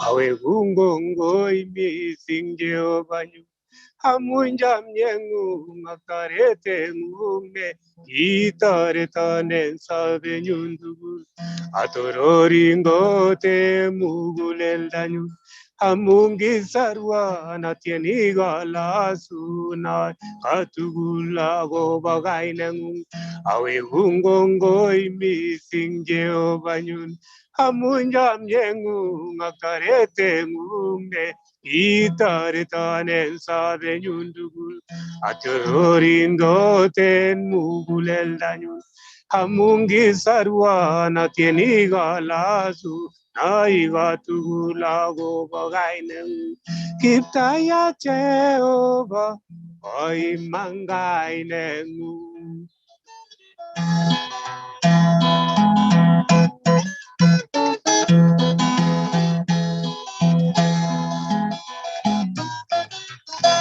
Agunda kwanja nyali lwagi chetian Konyene sabani taiyeu Negirindo nere ga punyot Agnamwane ungung negimne batai Si mama luchan yo itwagi kemit Engonyunis ya gerietu nengu Agunda kwanja nyali lwagi chetian Konyene sabani taiyeu Negirindo nere ga punyot Aksarwane negimne batai Simama lucha yoitwagi kemi Tenengwanyuni siagerietinem Kiptaya Jehova Oi mangainemu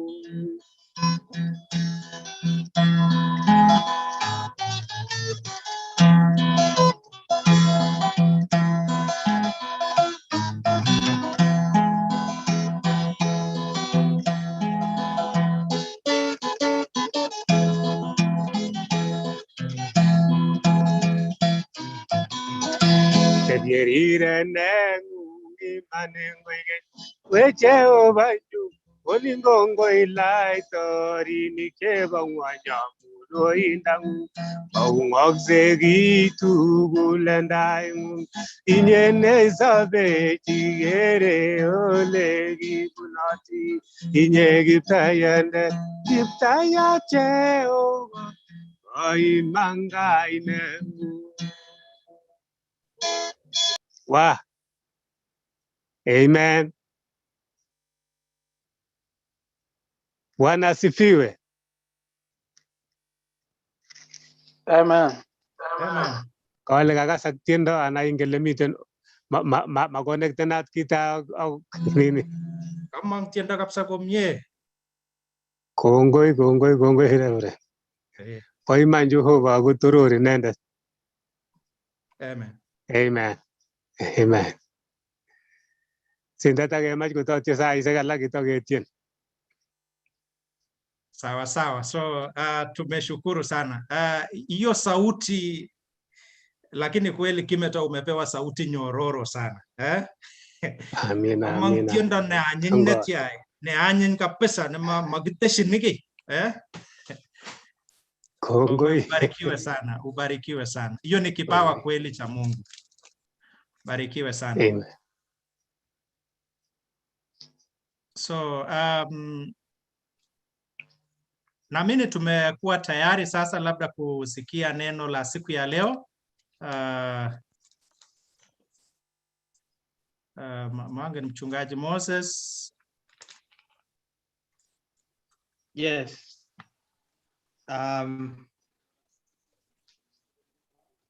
Reverend Sang, Philip Sang. Yes. Ako pamoja na sisi. Reverend Sang kuja on board ndio tu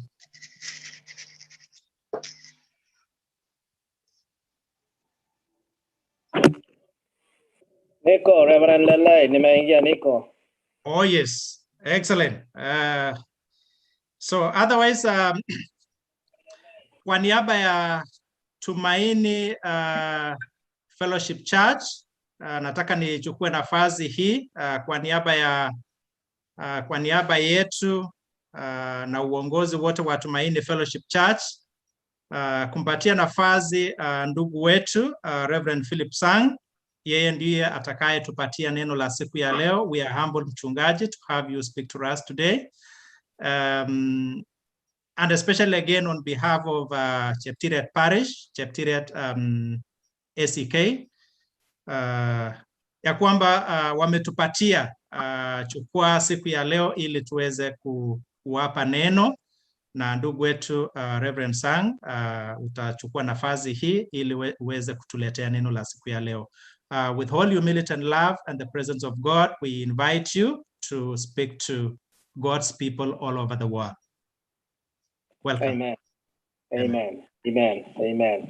Asante sana mchungaji Lelei, Reverend Lelei, kwa kuweza kunipa nafasi hii kuweza kushiriki pamoja na Tumaini na kanisa la St. Luke's Cheptiret, na pia wote wanao tufuatilia katika ulimwengu mzima. Nafikiri kabla sijaendelea, wacha nimpe mke wangu apate kutusalimu, alafu ndio tuweze kuendelea kutoka pale. Karibu sana. Bwana asifiwe. Amen. Nataka niwaambie nimeokoka. Kristo ni Bwana katika maisha yangu. Kwa majina ni Hilaris Msesang. Nataka tu niwaambie kwamba tuendelee kuomba, kwa sababu tunajua kwamba hizi ni nyakati za mwisho. Kama umemjua Mungu, shika sana ulicho nacho ili mwovu asije akakunyang'anya. Tukisoma katika kitabu cha Ufunuo wa Yohana 3:11 inasema kwamba shika sana ulicho nacho asije mwovu akachukua, kwa sababu Yesu anasema I'm coming soon, naja saa hii. Lakini kama umeokoka, umemjua Yesu, unajua where you going, unaenda wapi. So shika sana ulicho nacho, tukiongojea Bwana wetu Yesu Kristo, kwa sababu hatujui ni lini atakuja. Sisi kama watoto wake tukae tayari tukijua kwamba Jesus is coming soon. Kama umemjua Mungu, shika, na tuendelee kuomba na tuendelee kuombeana. Wote watumishi wa Mungu na wote wenye wamemjua Mungu, nasema tu hii ndio jambo nzuri kukutana hivi, kwa sababu naye shetani anafanya yake, lakini Mungu naye anafungua njia nyingine ili tupate kuwafikia watu wetu wapate kumjua Bwana. Nasema tu mbarikiwe sana, tuendelee kuomba na tukae karibu. Mungu awabariki. Asanteni sana. Asante sana. Kwa majina ni mchungaji Reverend Philip Sang, nikiwa Columbus, Ohio, na mimi nashiriki hapa na kanisa la St. Anglican Church, na canonically mimi ni mchungaji, niliweza kutawazwa kule Diocese of Kitale ambapo ni nyumbani, na natoka Tot Missionary Area kule upande wa Tot, tunapakana na Wapokot. Wengi wanajua kule kwa mambo ya vita ambazo zinaendelea, na pia inajulikana kwa mambo ya maembe ambayo tunalisha hiyo sehemu almost ya Eldoret na Western yote. Kwa yote nashukuru Mungu kwa sababu ya nafasi ya kipekee ambayo nimepata kuunganika pamoja nasi na kutuletea neno la Mungu. Wasikilizaji waliopo mahali hapa, mimi nashukuru Mungu sana.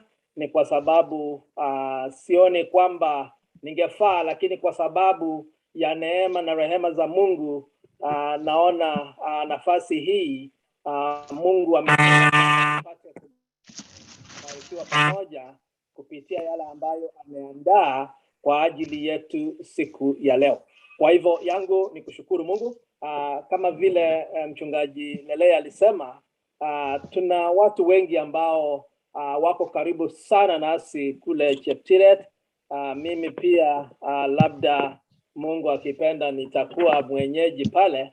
Nimekuwa mwenyeji tayari kwa sababu kupitia links ambazo nimekuwa nazo, watu ambao wamekuwa marafiki, nimeweza kuwa wakaribu sana kule Cheptiret. Familia ya Kuchurei, wao walipata kunikaribisha hapa Columbus, Ohio. Na pia familia ya Julius Tirator, ni watu wetu hapa tunashiriki pamoja, na pia mimi najua marafiki wengi pale. Kwa hivyo yangu ni kushukuru Mungu sana kwa sababu ya kunipa nafasi, na najua kwamba tutapata nafasi tena kushirikiana labda nitakapokuja kule Kenya. Na mchungaji Shadrach, Meshach, asante kwa kutukaribisha. Mungu akubariki sana. Kanisa la Cheptiret mmebarikiwa. You guys mmebarikiwa sana. Mna mbegu kila mahali. Kwa hivyo tunashukuru Mungu kwa ajili yenu. Nilipoona kwaya wakiimba, nilikuwa najiuliza, sijui kama kuna CD mmetoa ama kanda mmetoa, na kama mjatoa, hilo ni changamoto kwa wale ambao mmetoka Cheptiret. Hebu na muweze kutupa challenge, tuweze kuunganika, kuweza kusupport hiyo kwaya ambayo ni kwaya moto, wapate kutoa kanda pia, na wapate kubariki wengine, all from the dance na nyimbo, sauti mzuri. Na najua kwamba Pastor Kimeto atakubaliana nami kwamba that choir is amazing. Is amazing. Watu wametuma messages kwa Zoom wakisema kwamba kweli ni moto, hiyo choir ilikuwa moto. Kwa hivyo tuone jinsi ya kuweza kuwasupport na kuweza kuendeleza kazi ya Mungu. Wapendwa, singependa kuchukua muda mrefu. I acknowledge also the presence ya Reverend Rirei.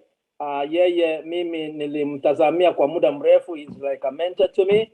Wakati nilikuwa Diocese of Eldoret nikifanya utafsiri wa Biblia kwa lugha ya Marakwet, nilishiriki na St. Matthews, na pale ndipo nikiwa kijana nilifanya kazi ya Mungu na vijana, na tuliweza kujuana na tukashiriki pamoja, na amekuwa rafiki pia. Kwa hivyo natambua uwepo wake. Mungu akubariki sana.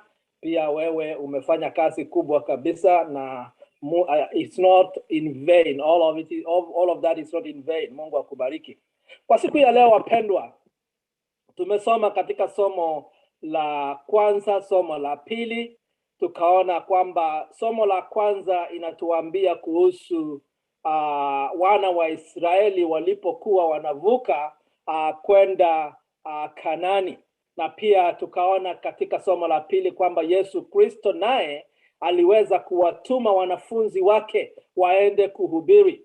Katika sehemu hizi mbili tunaona kuna masharti, kuna maagizo ambayo ilitolewa, and I'm calling my sermon today Crossing Over. And there are instructions, kuna maagizo, masharti ambayo inaelekezwa pale ya jinsi ya kuweza kufuka kutoka sehemu ambayo is a familiar spot to be able to go to another arena, to another area, kufuka kwenda ng'ambo nyingine. Mwimbaji akaimba akasema, ng'ambo ya mto kuna amani, ng'ambo hii nyingine labda tumekaa zaidi, we have been comfortable even with all the difficulties that we have. But it is time. I think this is a message for us as a church. Kwamba it is time for the church to leave the land of familiarity and be able to cross over to that promise that God has promised those who love him.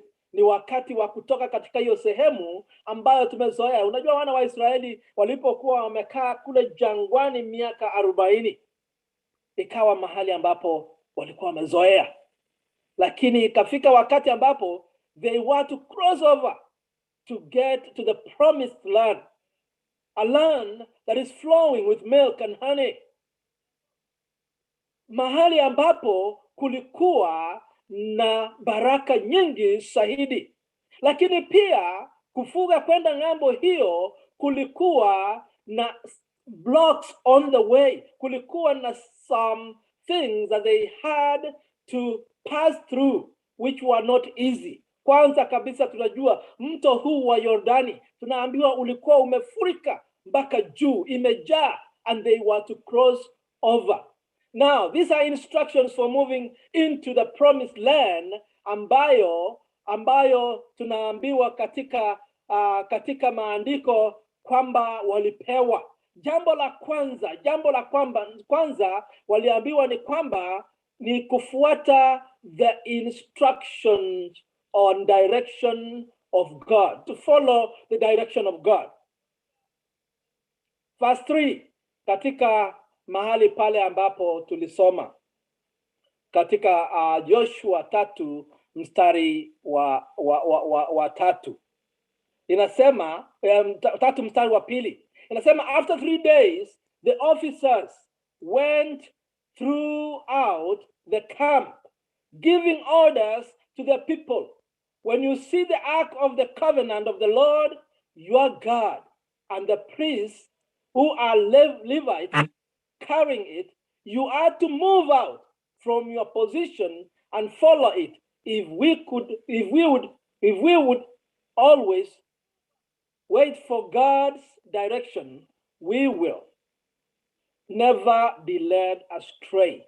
Wapendwa, unajua wakati tunapopewa maagizo na Mungu anasema kwamba njia ni hii, tusipofuatilia tutaanguka. Na tunajua kwamba wakati wana wa Israeli walipokuwa kila wakati walipokosa kufuata maagizo ambayo Mungu amewapa, walipata kuanguka, walipata kuwa punished for not following the direction. And the same happens to us. Wakati mwingi sisi tunapokosa kufuata maagizo, tunajipata mahali ambapo tunajuta, mbona hatukufuata maagizo. Many a times nimejipata kwamba kuna kitu nataka nifanye, lakini mara nyingi ninakuwa na haraka zangu ambazo ninafanya bila kuona kwamba ni wakati umefika ama ninafuata maagizo ya Mungu. Na wakati ninapofanya hivyo ninajipata kwamba ninaumia. But many a times when I wait upon the Lord, wakati ninapongojea mwelekeo wa Mungu, ninapoomba na kungojea kwamba Mungu anasema nini, ninapata jawabu. Paulo alitaka kwenda kuhubiri kule Asia, na tunaambiwa kwamba Roho wa Mungu akumruhusu kwenda, na pia akataka kwenda sehemu nyingine, lakini wakati Mungu alipomwagiza, aliposikia sauti ya Mungu na akafuata, mambo yake ikawa sawa. Akamuongoza, akaanzisha kanisa, na kanisa hilo, kanisa ya Wafilipi, kanisa hilo likapata kumsaidia katika huduma yake siku ambazo zilikuwa ni za mbele sana. Ni sauti ya Mungu aliyosikia, na ndiposa ikamwelekeza kuendeleza injili ya Mungu. Revelation chapter 7 verse 17 inasema, for the lamb at the center of the throne will be their shepherd. He will lead them to springs of living water. Kwamba Roho wa Mungu atapata kutuongoza katika penye maji yaliyo hai. Na inasema na Mungu atapata kupanguza machozi katika macho yao. Kwa hivyo wapendwa, tunapomwacha Mungu atuongoze, anatuelekeza katika mahali pa malisho mzuri, ambapo tutapata kuona ufanisi katika maisha yetu. Jambo la pili, katika mstari wa 5, Joshua told the people, Joshua akawaambia watu, jitakazeni, maana kesho Bwana atatenda mambo ya ajabu kati yenu. Jitakazeni. Kwa hivyo tunapofuata maagizo ya Mungu, tunapotaka kuvuka katika mahali ambapo tumehaidiwa, tunapovuka katika shamba la ahadi ama sehemu ambayo tumehaidiwa, jambo la pili ni kwamba tujitakaze. Jambo la kwanza tumeona ni kwamba tufuate maagizo ya Mungu, kufuata the direction of God. And the second is to sanctify, to consecrate ourselves, kujitakaza ili tuweze kutumiwa na Mungu. Biblia inasema katika James 4 verse 8 and 10, draw near to God and he will draw near to you. Kwamba mkaribie Mungu naye atakukaribia. Cleanse your hands, you sinners, and purify your hearts, you double-minded. Humble yourself in the sight of the Lord, and he will lift you up. God will work signs. Mungu anatenda maajabu. Na maajabu kati yetu tunapokaribia yeye, tunapojitakaza, tunapoacha Mungu atusafishe ili kusiwe na dhambi yoyote. Biblia inasema, tukisema kwamba hatuna dhambi tunajidanganya.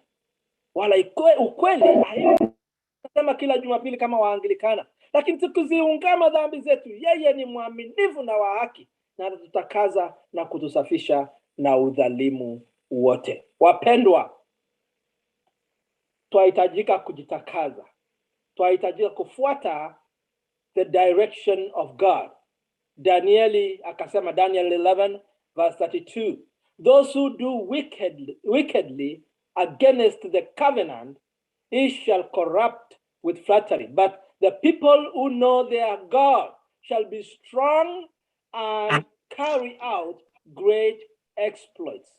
Kwamba wanaomjua Mungu wataweza kuwa na nguvu na watatenda maajabu kwa ajili ya utukufu wa Mungu. Kujitakaza ili Mungu apate kutupa nguvu yake. Jambo la tatu, let God show himself through you.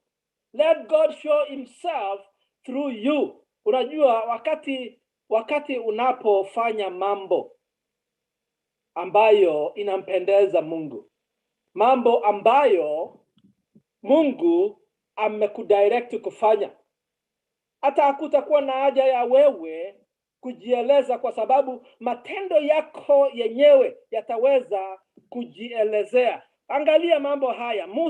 Joshua alipochukua kutoka kwa Musa, watu wengine walipata kudau, lakini Biblia inasema hapa hivi, Musa alikuwa amewaongoza wakaweza kuvuka bahari ya Shamu. They had crossed that Red Sea, and now they were in the wilderness. They didn't know how to get to the promised land. Now Moses was not there. Musa hakuweko. Na tunaambiwa hapa katika 3 mstari wa 7, Biblia inasema kwamba Bwana akamwambia Yoshua, hivi leo nitaanza kukutukuza mbele ya Israeli wote, wapate kujua ya kuwa mimi nitakuwa pamoja nawe kama nilivyokuwa pamoja na Musa. Bwana asifiwe sana. Wapendwa, you know, when you are headed to the promised land, wakati unapoelekea sehemu ya ahadi, shamba hilo la ahadi, sehemu ambayo Mungu ameahidi, unapofuata maagizo ya Mungu, unapojitakaza, unapoachia Mungu akutakaze, akuoshe, Mungu atapata kudhihirisha kwa wengine, kukuelezea kwa wengine. You'll never even say anything about yourself, but God himself will be able to testify about you. He is going to give a testimony through your works, ili watu wapate kutambua kwamba wewe ni mwana wa Mungu, kwamba wewe ni mtumishi wa Mungu. When the church is moving in God's wills, we will not have to advertise. Wakati kanisa Cheptiret inapofanya yale ambayo inampendeza Mungu, watu wa nje hata hakutakuwa na haja ya kutangaza kwamba hey, sisi ni kanisa ambayo tunafanya mapenzi ya Mungu. Lakini Mungu anaonyesha wa ulimwengu kwamba mnafanya, and so doing you attract those who want to see what God is doing among you, to come among you. Biblia ikasema kwamba tendeni matendo yenu na yampendeze Mungu, na watu watakapoona watamtukuza Baba yenu aliye mbinguni. Wapendwa, jambo la 4 nimesema kwamba ya kwanza is to follow direction of God as we cross over, as we are looking forward to crossing over, is to follow the direction of God. The second nikasema kujitakasa. Ya 3 wacha Mungu aweze kutangaza kupitia yale ambayo watu wanaona. Ya 4 step out in the water. Tunaambiwa katika mstari wa 8 kwamba nawe waamuru hao makuhani walichukuao sanduku la agano, ukawaambie, mtakapofika ukingo wa maji ya Yordani, simameni katika Yordani. That you are going by faith. It is not that you don't fear the water, kwamba itakuchukua, lakini kwa sababu ya imani ambayo Mungu amekupea, unapata kuingia katika hiyo bahari ambayo ina shida zake, na Mungu anapata kusimamisha maji. God will stop every stumbling block and the way will be open. The water will be parted, na utapata kufuga katika shamba la agano. Utapata kufika katika ng'ambo hile nyingine, mahali ambapo Mungu amepata kutayarisha. I love the book of Ezekiel 47. Tunaambiwa there is a river that was flowing from the temple. And you know, when this river came, maji ikapata kupanda juu. Tunaambiwa ilifika miguu pale chini, ikafika the knee, and then ikafika katikati kwa tumbo, alafu ikafika juu, ikafika mahali ambapo, you know what, this person could not walk in the water again. Lakini akapata, roho wa Mungu akapata kumwelekeza. We want to come to that point whereby it's not us who are controlling again our life, lakini ni Mungu mwenyewe ndiye anaelekeza mahali ambapo tunaenda. Jambo la 5, pay attention to God's word. Uweze kutilia maanani neno la Mungu. La kwanza nikasema kwamba tunahitajika kufuata the direction of God. Kama tutafuga kwenda ng'ambo hile nyingine, shamba la ahadi. La pili nikasema kujitakaza. Ya 3 nikasema kwamba tuachie Mungu apate kuelezea kupitia matendo ambayo anatenda kutupitia. Na jambo la 4 nikasema step out into the water. Never fear, kwa sababu Mungu mwenyewe atapata kufungua njia pale. Jambo la 5 nimesema pay attention to God's word. 9 ikasema basi Yoshua akawaambia wana wa Israeli, njoni huku mkayasikie maneno ya Bwana Mungu wenu. Njoni msikie maneno ya Bwana Mungu wetu. The Rema, the Logos, hiyo ni neno la Mungu.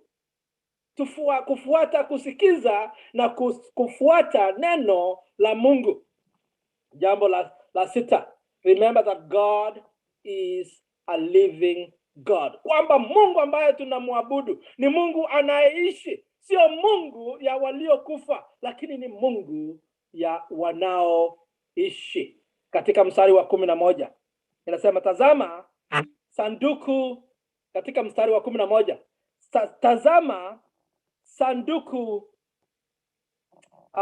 tazama sanduku la agano la Bwana wa dunia yote linavuka mbele yenu na kuingia Yordani.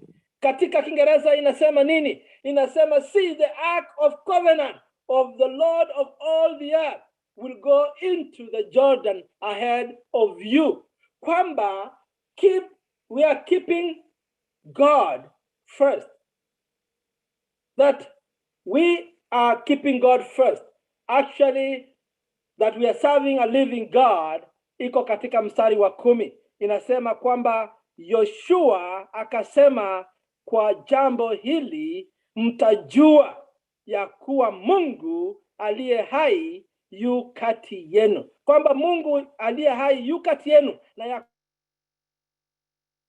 kosa kuwatoa mbele yenu Makanani na Mhiti na Mhivi na Mperezi na watu hao wote. That our living God, the living God that we serve, is going to drive away every obstacle on the way.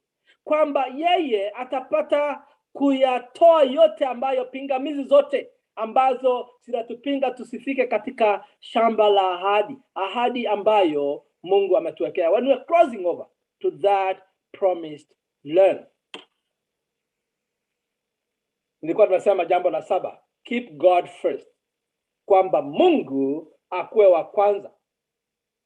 Jinsi the pillar of cloud, jinsi lile wingu lililotangulia wana wa Israeli walipokuwa wanafuga na kuelekea katika shamba lile la ahadi Kanani, jinsi walipoongozwa na wingu, ndivyo tuweze kumkubalia Mungu apate kuwa wa kwanza katika maisha yetu, apate kutuongoza, atuelekeze pale ambapo ametuandalia. Jambo la 8. Karibu nimalize. Establish your leadership. Katika kanisa yahitajika kuweza kutoa mwelekeo.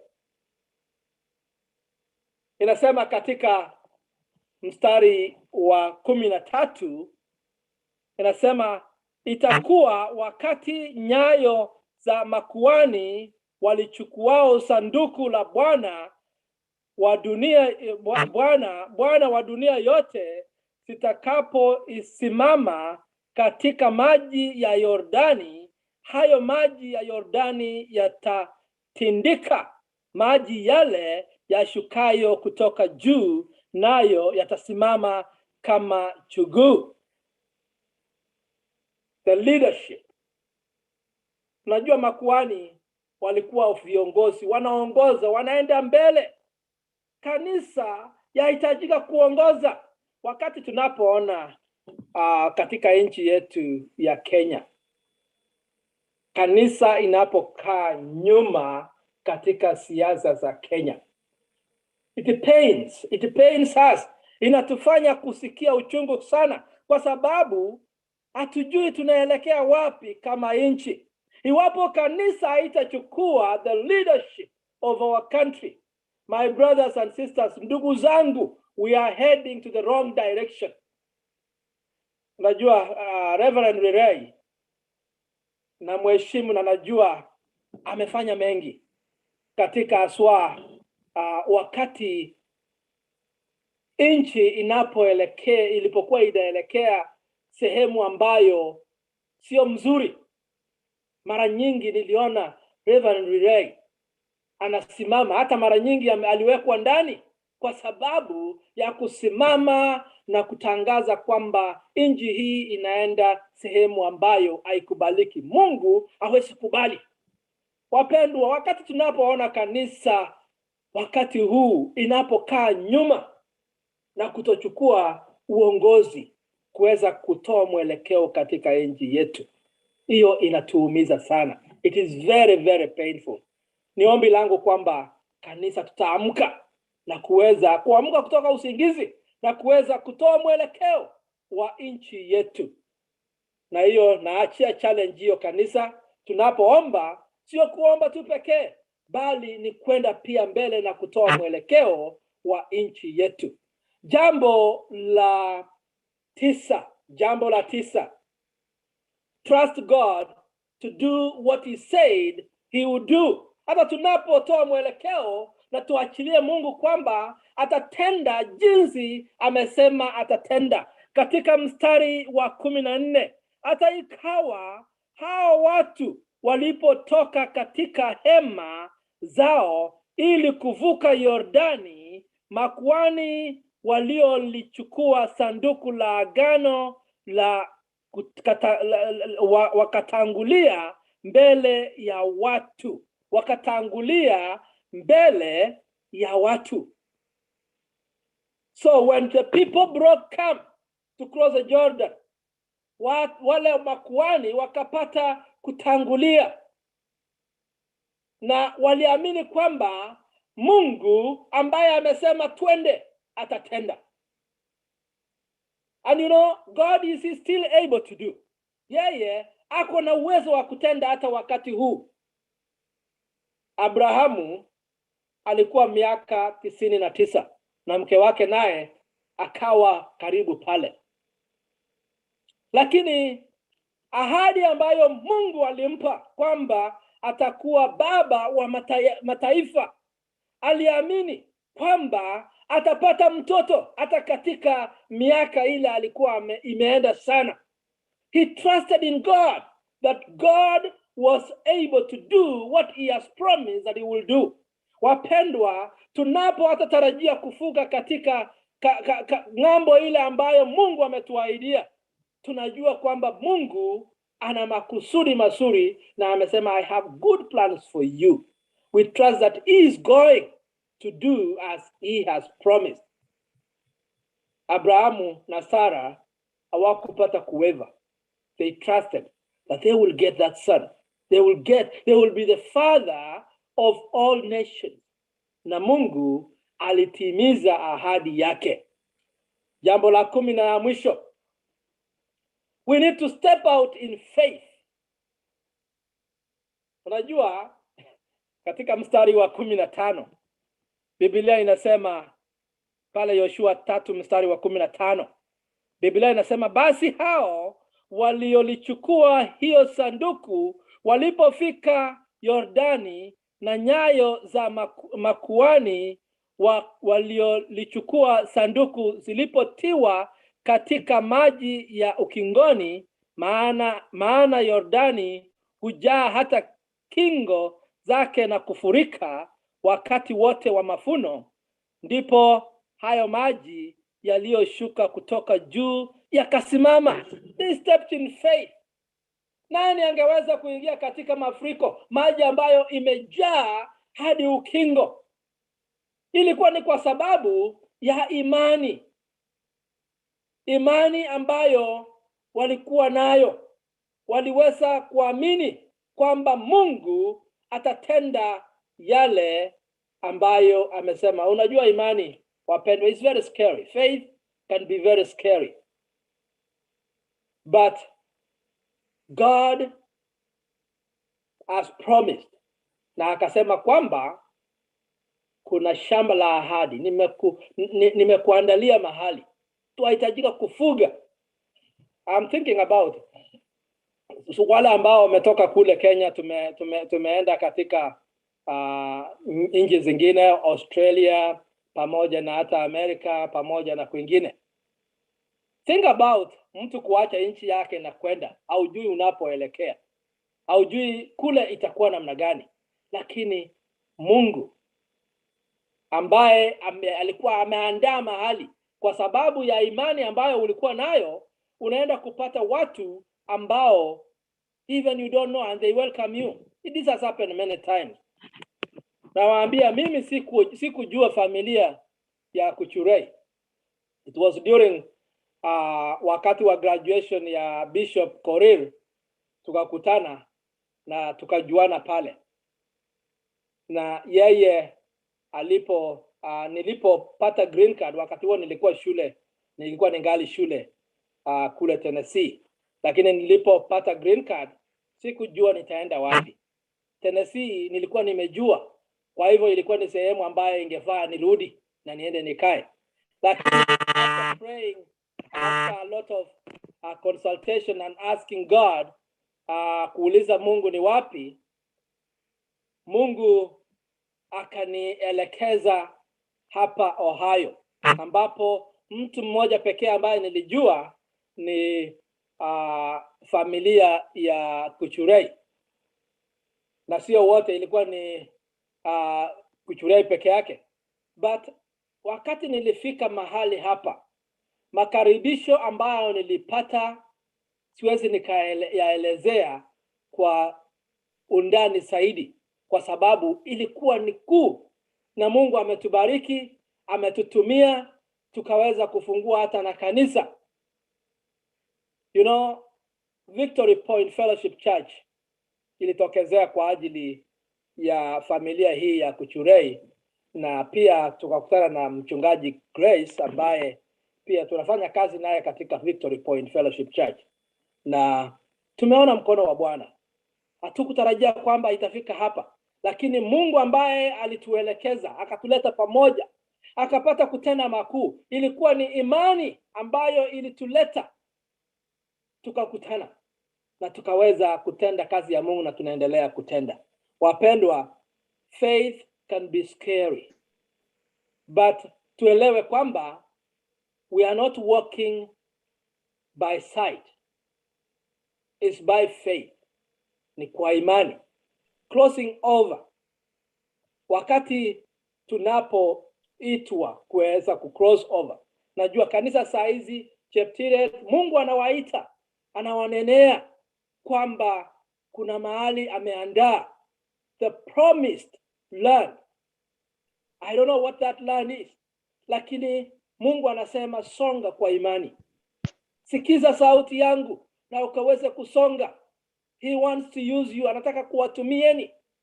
Hebu na mruhusu sisi ambao tulio diaspora, kanisa, wale ambao wametoka kanisa la Cheptiret, kanisa ya Tulwop-Ngetuny, kanisa ya St. Peter's Keses, wale ambao mmetoka kanisa zingine, Mungu ametuvukisha tukakuja katika promised land on this side, and now tunajua wakati huu we don't expect any missionaries from abroad to go back other than us.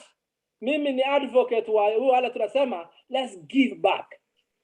Ni nini ambayo Cheptiret inaweza kuhesabu kwamba watoto wao ambao wametoka kule wamefanya? Na hata tunapotoka kule Kenya tunakuja, je, do we identify ourselves with those we meet and call ourselves and say we are Christians, ama tunaingia maji vile mchungaji Lele alivyosema, vile mchungaji Moses alivyosema kwamba tunapotoka kule tunakuja na kuingia maji?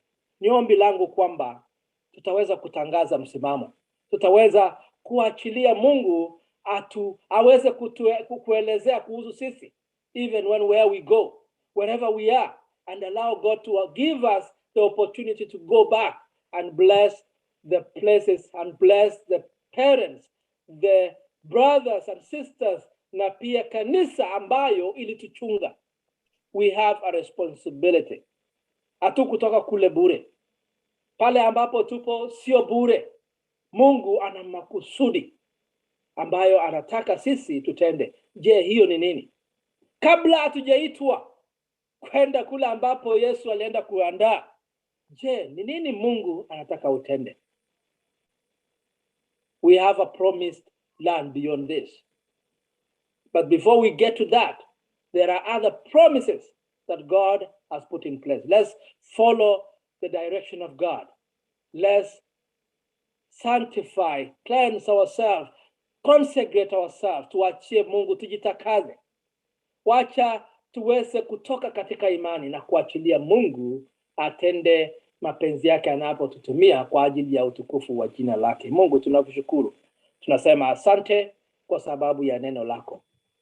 Tunaomba kwamba unapotuongoza kuweza hata kuvuka kuelekea pale ambapo umetuandalia, mahali ambapo kuna asali, kuna maziwa na hata mambo mazuri mengi, utatusaidia kwamba Mungu tusiweze kuangalia macho yetu kwa yale magumu ambayo tunasimamia, lakini tuweze kuangalia kule mbele tukijua kwamba wewe utatuongoza na kwamba utatuelekeza katika njia zako na kwamba tutafika kwa imani. Tunakuomba haya yote tukiamini katika jina la Yesu Kristo aliye Bwana na Mwokozi wetu. Amen. Amen. Amen. God bless you. Thank you.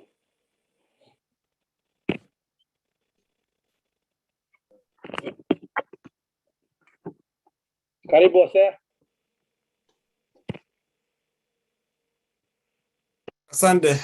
Asante mchungaji.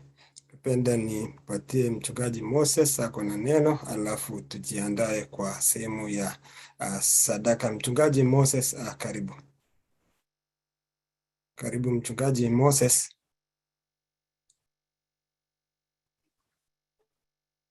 Asante mchungaji. Karibu mchungaji Moses. Thank you so much. Wow.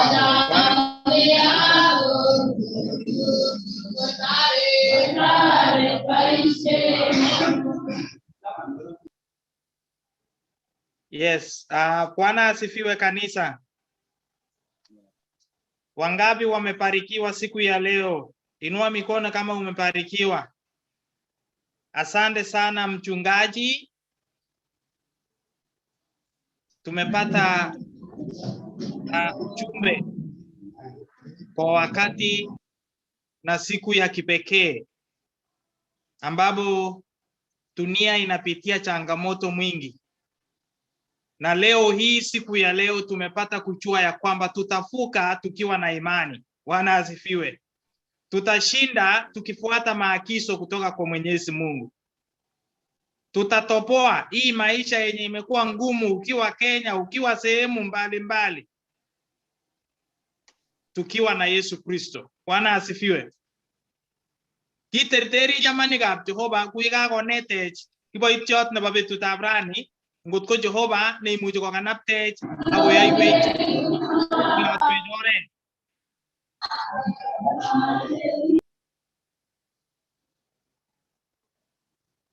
Kanisetab Cheptiret, wafuasi wote ambao wanatufuata wakiwa Facebook, wakiwa YouTube, wakiwa Zoom, ni sehemu gani katika maisha yako imekuwa ngumu? Ni mahali gani katika maisha yako unaona ni kama milima huwezi pita? Ni nini unahitaji siku ya leo yenye unataka Mungu aweze kufungua katika maisha yako? Unaweza inua mikono yako, unaweza simama, ili siku ya leo tupate maombi, ili Mungu aweze kukuonekania siku ya leo, kwa sababu kuna jambo ambaye Mungu amesema siku ya leo, na kuna mtu kati yetu anahitaji yale ambaye Mungu amesema siku ya leo. Amesema, guide me, O Lord, nifuate maagizo yako, nitembee kwa imani, nisikie na niweke maanane neno lako, ili nisije nikapotea. Tos mi chi eng kaptuiyoni nekase kole tekochigei Jehova? Tos mi chi eng kaptuiyoni nekase kole techokchigei Jehova sikosuldachi Jehova somutikab muguleldonyi? Itonon chamanikab Jehova sikobit kesa eng betutab rani. Siyokitiendosi tiendo 225 eng tienwogik chekilosune Jehova, chemwoe kole imutata Jehova ak kiprutoyo eng emoni. Inye ne Rwandet, isarunindet nyo nekikosorwech iman, akomutech akoi ole kimite eng betutab rani.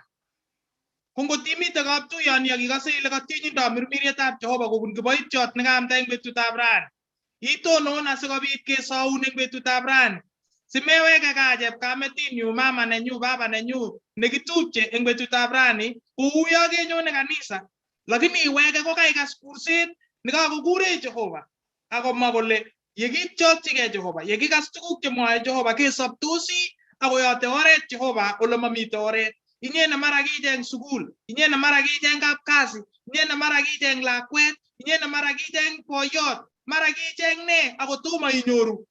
Leo hii katika jina la Yesu Kristo, Mungu amenena na atakupatia kulingana na yale ambaye amesema siku ya leo. Kimeche ketien tiendo nemite 225 kotienwek kanisetab ACK Cheptiret. Atya ngot komi chi kiteptosi ng'ony, ngot komi chi nemeche kokochigei Jehova, ngot komi chi nekase kole takisochi, ngot komi chi nekase kole uye amache ale takisoiwo saterter lugoni kikoima eng kenyisiek chechang, lugoni kikokoek milimet eng konyu, lugoni kikoek milimet eng kokwet, lugoni kikoek milimet eng lagokchuk, itonon eng kainetab Jesu, na nina imani tutaomba na Mungu atakutendea. Karibu kanisa la ACK Cheptiret, tutaimba wimbo 225 tukikaa chini, na wale wote ambao watasikia wito kutoka kwa Mwenyezi Mungu watasimama kwa imani yao.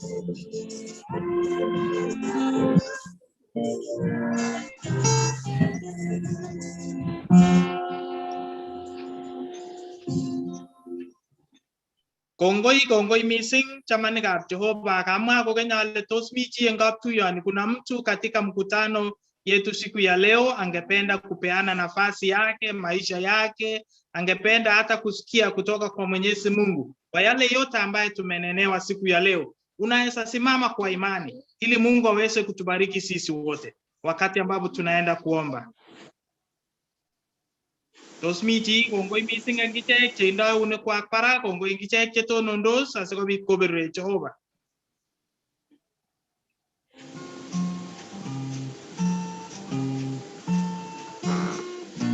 Asante sana, na tuamini sisi wote na tuombe.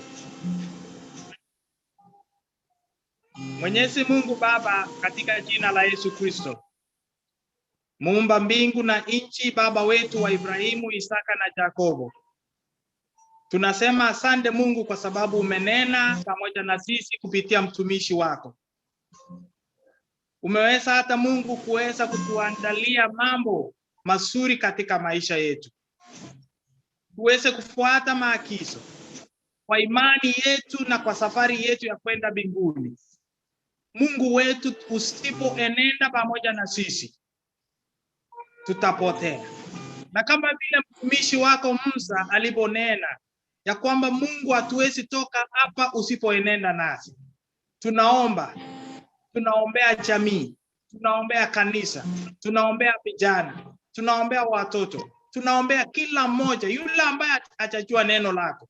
Siku ya leo Mungu ikuwe ni siku ya kupatilika, ni siku ya wokovu, ni siku ya kujua Yesu Kristo, ni siku ambaye Mungu utafungua maisha yake, utafungulia milango kwa yule ambaye amekuomba kwa mambo yake ya kisiri. Iyoti ekwetu dabrani Jehova sikobit kilosu. Kanapte kanisetab Cheptiret, kanapte kiboitinik, kanapte kandoik, kanapte chepyosok, kanapte kwonyik, kanapte neranik, asikobit kolosun eng kainetab Jesu. Kongoi neo Kiptaanden ya Jesu Kristo. Iberur kanisani kou ye iberurech akot achek. Iberur lagok chemite emotinwek cheterchin sikobit Jehova kobara akotunen chomyet akosikok ng'oliotab Jehova. Kongoi Kamuktaindenyo amu iyoe kou ye kakesomin eng kainetab Kwanda nebo Werit ak nebo Tamirmiriet ne tilil. Amen. Amen. Kongoi yote. Kongwe, asante sana mchungaji Moses, asante pia referend wetu Reverend Sang, na pia wachungaji walio upande wa mtandao Reverend Lelei, mchungaji Grace, mchungaji Maima all the way from Uganda. Ningependa niombe kanisa wasimame na tuongoze na wimbo 222 tukijiandaa kutoa sadaka zetu, na pia mchungaji Reverend Sang utaomba na kisha utatupatia baraka ili tuende sehemu ya pili. 222 kenda nebo kalenjin atinye chorwet nechama kot missing kechobege sikekonu sadaka chechok eng betutab rani. 222 kalenjin 222 kanisa mtuongoze.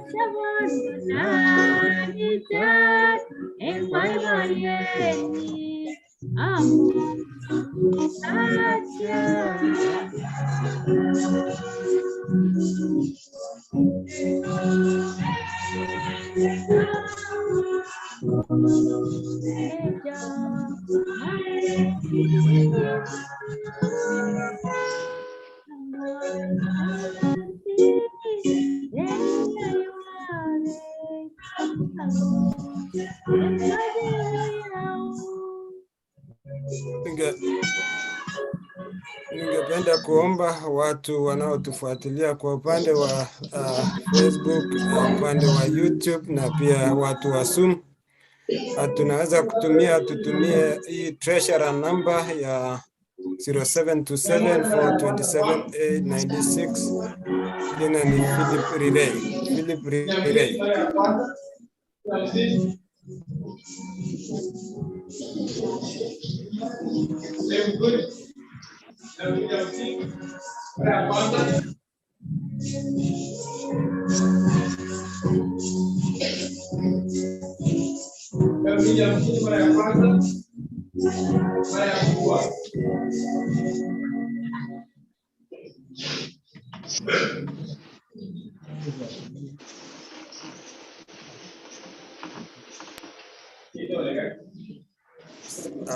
Asanteni sana.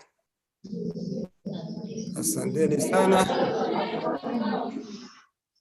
Naona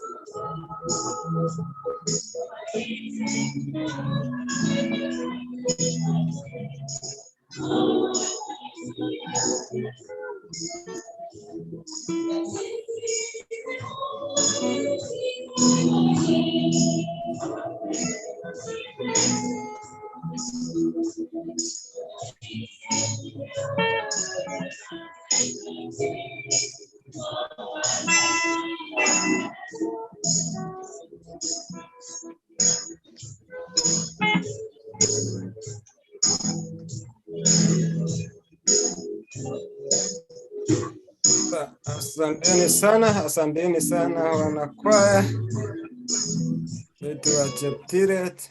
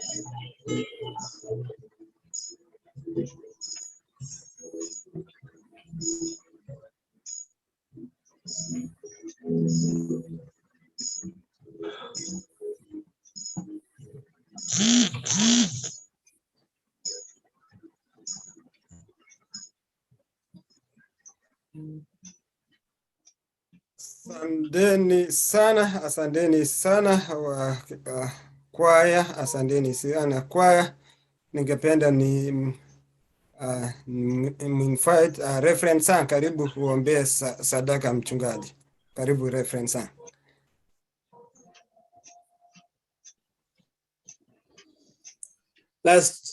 Tuombe pamoja. Mwenyezi Mungu, tunakushukuru ni kwa sababu ya nafasi ambayo umetupa kuweza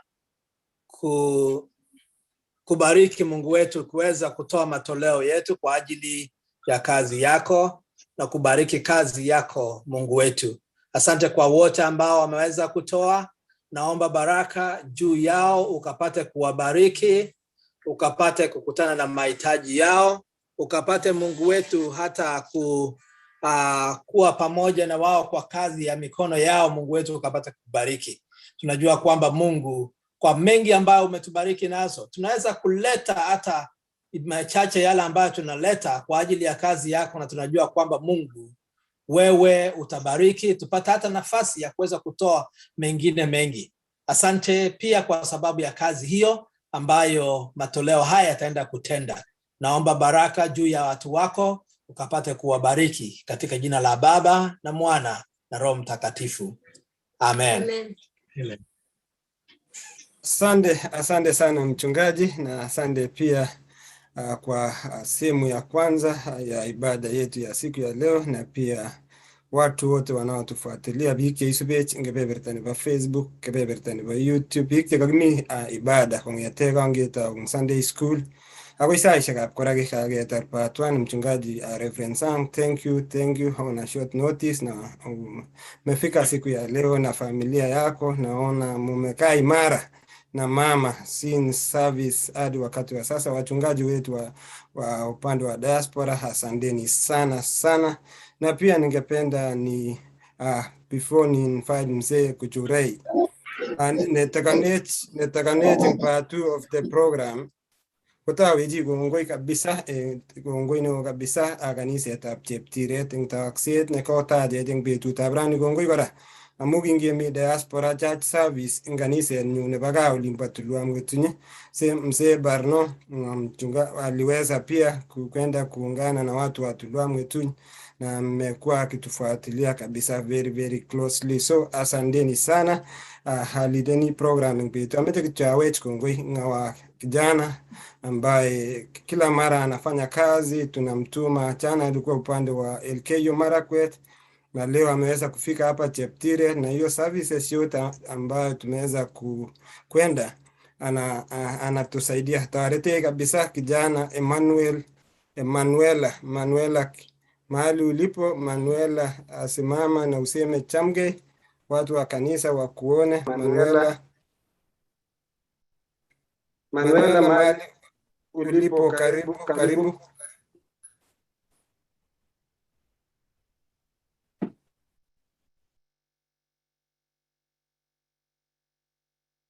Manuela Kiboi.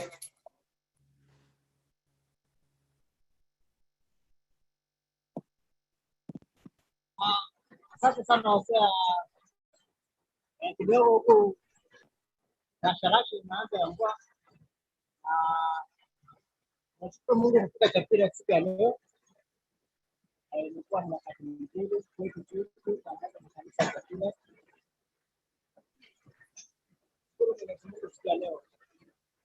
Naomba tupate nafasi kidogo, dakika 10 hivi, mvua inaweza kuja kwa wingi kidogo. Endelee upande huo, alafu nitakutia kesho na kesho ili tuendelee kwa huku kunyesha. Kongoi, asante sana Manuela. Nimearifiwa kuwa upande ule mvua imeanza kunyesha, lakini wanatupata vizuri, wanatupata so talin kongoi biik tugul chekomuch kobwa eng betutab rani nyiketestai kaniset angole kanisetab Cheptiret, St. Luke's Cheptiret. Kiboiboen kiro sigik komi kanisa, kiro komi wakina baba wakiwa kanisa, wakina mama na vijana na pia Sunday school. Pia mawagoite tu mzee Kujurei. Ameja wekchi kongoi walimu wa Sunday school wanafanya kazi mzuri, tulishuhudia siku ya leo. Ningependa urabokchi mwalimu inikab Sunday school na wasimame tu kanisani, so urabokchi because wanafanya kazi mzuri. Kinet lagok chemengechen kanisa kumakini rahisi kujitoa. So mwalimu wa Sunday school ameja asome ngominginetab kei kotelelso kaniset sike appreciaten, mami kine kekonak lakini kilechinak angwaiwa kamuktaindet ki age tugul nomakchinigei eng sobeng'wong. Mwalimuinikab Sunday school orabokchi kabisa kaniset because wanafanya kazi mzuri sana. Nafasi natak pia ningependa pia kuna watu wengi wameweza kuingia siku ya leo. Tuko na mchungaji Kimeta pia. Mchungaji Kimeta ameje kora sitige samin sitigo ne tienda agenge, and then later on siko ata mzee Kuchurei. Pia tuko na viongozi jetelejin different association huku Australia. Tuko na wachungaji yango alago komi part nebo community, mi the spiritual aspect ako mi viongozi cheba ai boisiet kabisa nebo olep community kotuitos lagok chok eng emotinwekab sang. We recognize presence of Tabitha Chepkwony, chair lady nebo Kiswa Association eng olimbo Sydney, Australia, ako pamoja nasi. Pia we recognize presence chebo Steve Sitienei ambaye mzee Kujurei pia atampatia all the way from Western Australia. Nende netelelchin Gitwek Association nekikotuiyo lagok chok kabisa olimbo kebebertab Western Australia ako mi kobatech eng betutab rani. Akonak salamu chebo Peter Rono, katatieme komi kobatech Peter Rono, ni mzee wa upande wa Owayo, chitab kokwet nebo Kuchurei, na kocham keyoe program tugul eng kila wakati nekikure igere ne chitab kalenjin, kimutu biik koshean akobo opportunities, koshean ak experience, ko-encouragean neranik anan keiro ole tos kisetyindoite lagokchok eng emotinwekab sang. So tuko na hiyo program upande wa Facebook tunafanya na Peter Rono akiwa upande wa Owayo, na engineer Janet Chepkokei katakimi pamoja eng betutab rani, lakini amu kanam koman icheket ko kakonu kakatyoshek lakini isubech moja kwa moja. So kongoi kanisetab Cheptiret. Kanisetab Cheptiret ketinye historical connection ak olimbo Tulwa Mwetuny. Kocham yo itinye hesabu ang olimbo Tulwa Mwetuny ko ngi ibwati lano ole tos ko kaniset neshikonyone mai nenyo ko kanisetab Cheptiret SCK. Kongoi kyotech kaniset kabisa. Neng yo mi tumdo ilen oye ngemuste olimbo kanisetab Cheptiret ipkeae sabwet. So kongoi biikab Cheptiret, kongoi Reverend Rirei Salanda emetab Australia ko inendet kinama eut kinyikonamcho Limuru wakati nekimuti Chemu ak nyikomut kora kebendi ak konyo Tirop kora komutwa akine Reverend. So ami yu amu Reverend Rirei ndakima ko ine konyo Limuru akonamak eut kotekana process tugul kya all through akoitwa emetab Australia. Kongoi kora ako kitun konyo emetab Australia nyikosubwech kora ko kikakebe kinekit kebe cho kikure kakechut sake kora eng emetab Australia nyikosubwech kora Reverend Rirei akomutech akoi university ole kisomane akotoretech. So Reverend mangen ale kiyaune, so kitoretech neo kabisa kinyo Australia ole kikimenye kikitabanu kilomita 300 olimbo Tumin kikibe olimbo countryside, lakini kinyokonyo Reverend kole lazima ait ole mi murenchu keteptosi ak Tirop. Akere Tirop mi yu ako roommate nenyu kiketebise eng emoni eb Australia kenyisiek karibu 3 ak kiy. So Tirop kongoi at least imi eng betutab rani ak our elder mzee Masai, biik chekikerikchine kabisa. Kocham angot ngemi emoni ngap kotebena biik kele ibo Kamasai ayani alen abo Kamasai eng olimbo Cheptiret. So nashukuru sana. So ameche atach mzee Kuchurei kotekanech part 2 nebo program. Karibu mzee Kuchurei. Tingosea ngami Cheptiret kotomo aeku mzee tuwa kijana. Kwa hivyo asante sana. Let me confirm. Ukoso biikab Cheptiret. Kongoi. Ang biik chemitei Zoom ukoso. So ngataune in housekeeping ingole Columbus, Ohio, USA ko sait 12 nebo karon.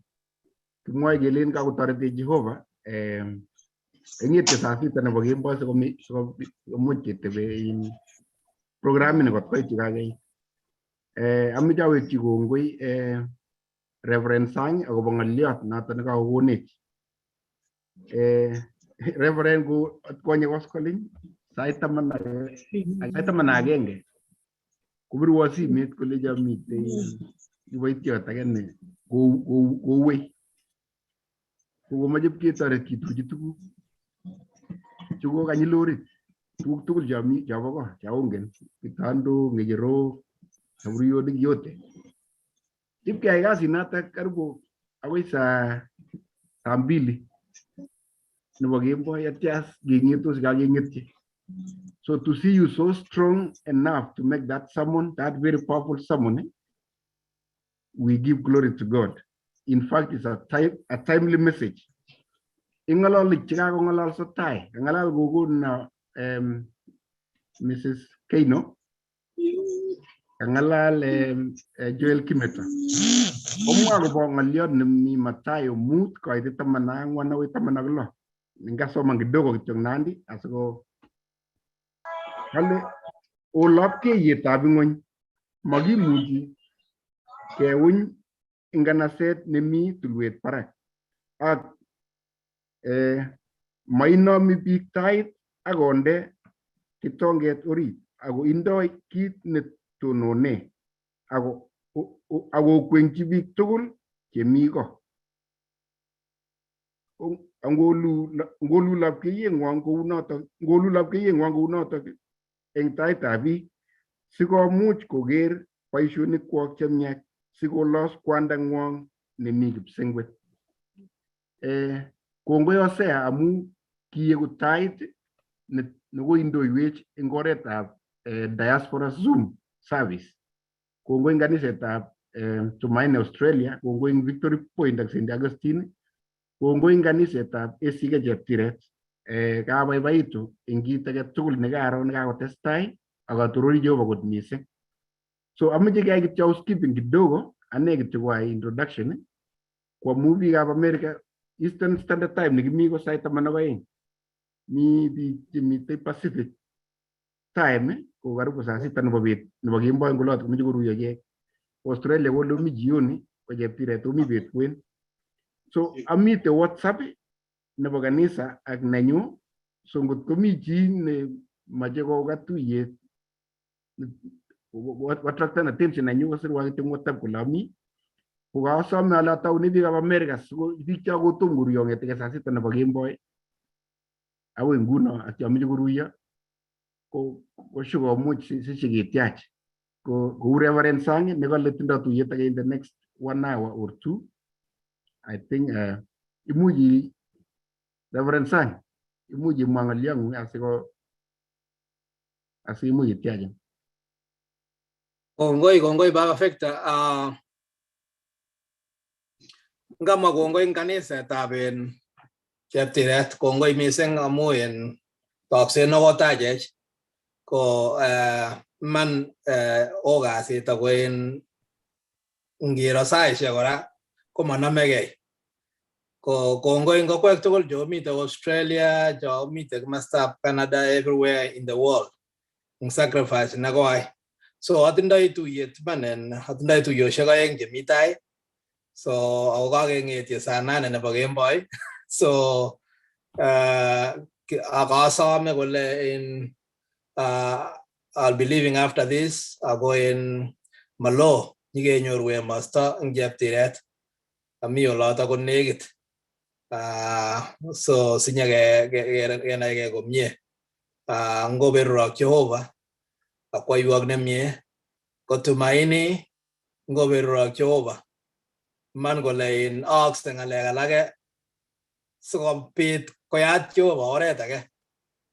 So angen ale ngebe ng'alechu nguni kotokoi kotebe in biikab Cheptiret kole ngomakiro ano. So noto kochere akinde nindok makiro ngomi mutai kotok. So kongoi amu kioyat sikobit konai akot biik chemi Kenya kole une lagokchok eng bitonin. So kinemie notok. Ngoberurok Jehova mising ako in kimi ole siketoche in biik kitochok tugul. Ngomi chi nenyone kikenyi ola tugul. Ngiwe Australia komite biikab kaa olotok. Nginyo olep America komite. Nginyoru nafas inyo ketachin inyo iyam emosto kou yo cham kobwone chumbek akichek in Kenya. Cham kekere chumbek kobwa kou tourist. Ara kalya mabwa akichek chebo kaa kobwa ole ku tourist eng oli. Mine ako in ngokakoberur Jehova inyo ketachin sikenyoru emosto tugul. Ngoberurok Jehova koiwok nemie. Kimi kibagenge. Atindoi tuyetab kanisa atindoi St. Augustine and then Victory Point. Nguno ako abi achobegei akobo noto in the next 2 hours. God bless you. Kongoi Baba Victor. Kongoi. Pass. Thank you, Reverend, and have a good sleep. Amijogochi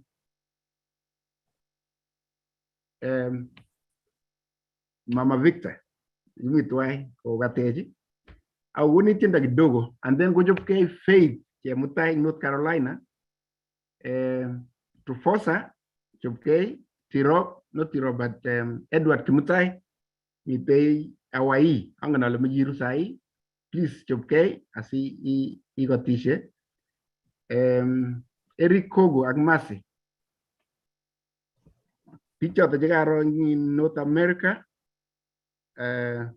Waja Mama Victor Oge alafu akisha maliza kungot ko kanyoru message nebo cheke tugul nebo North America mwanga na mjiguruyo nitawatambua. Asante, karibu. Kongoi Baba Victor, nashukuru Mungu.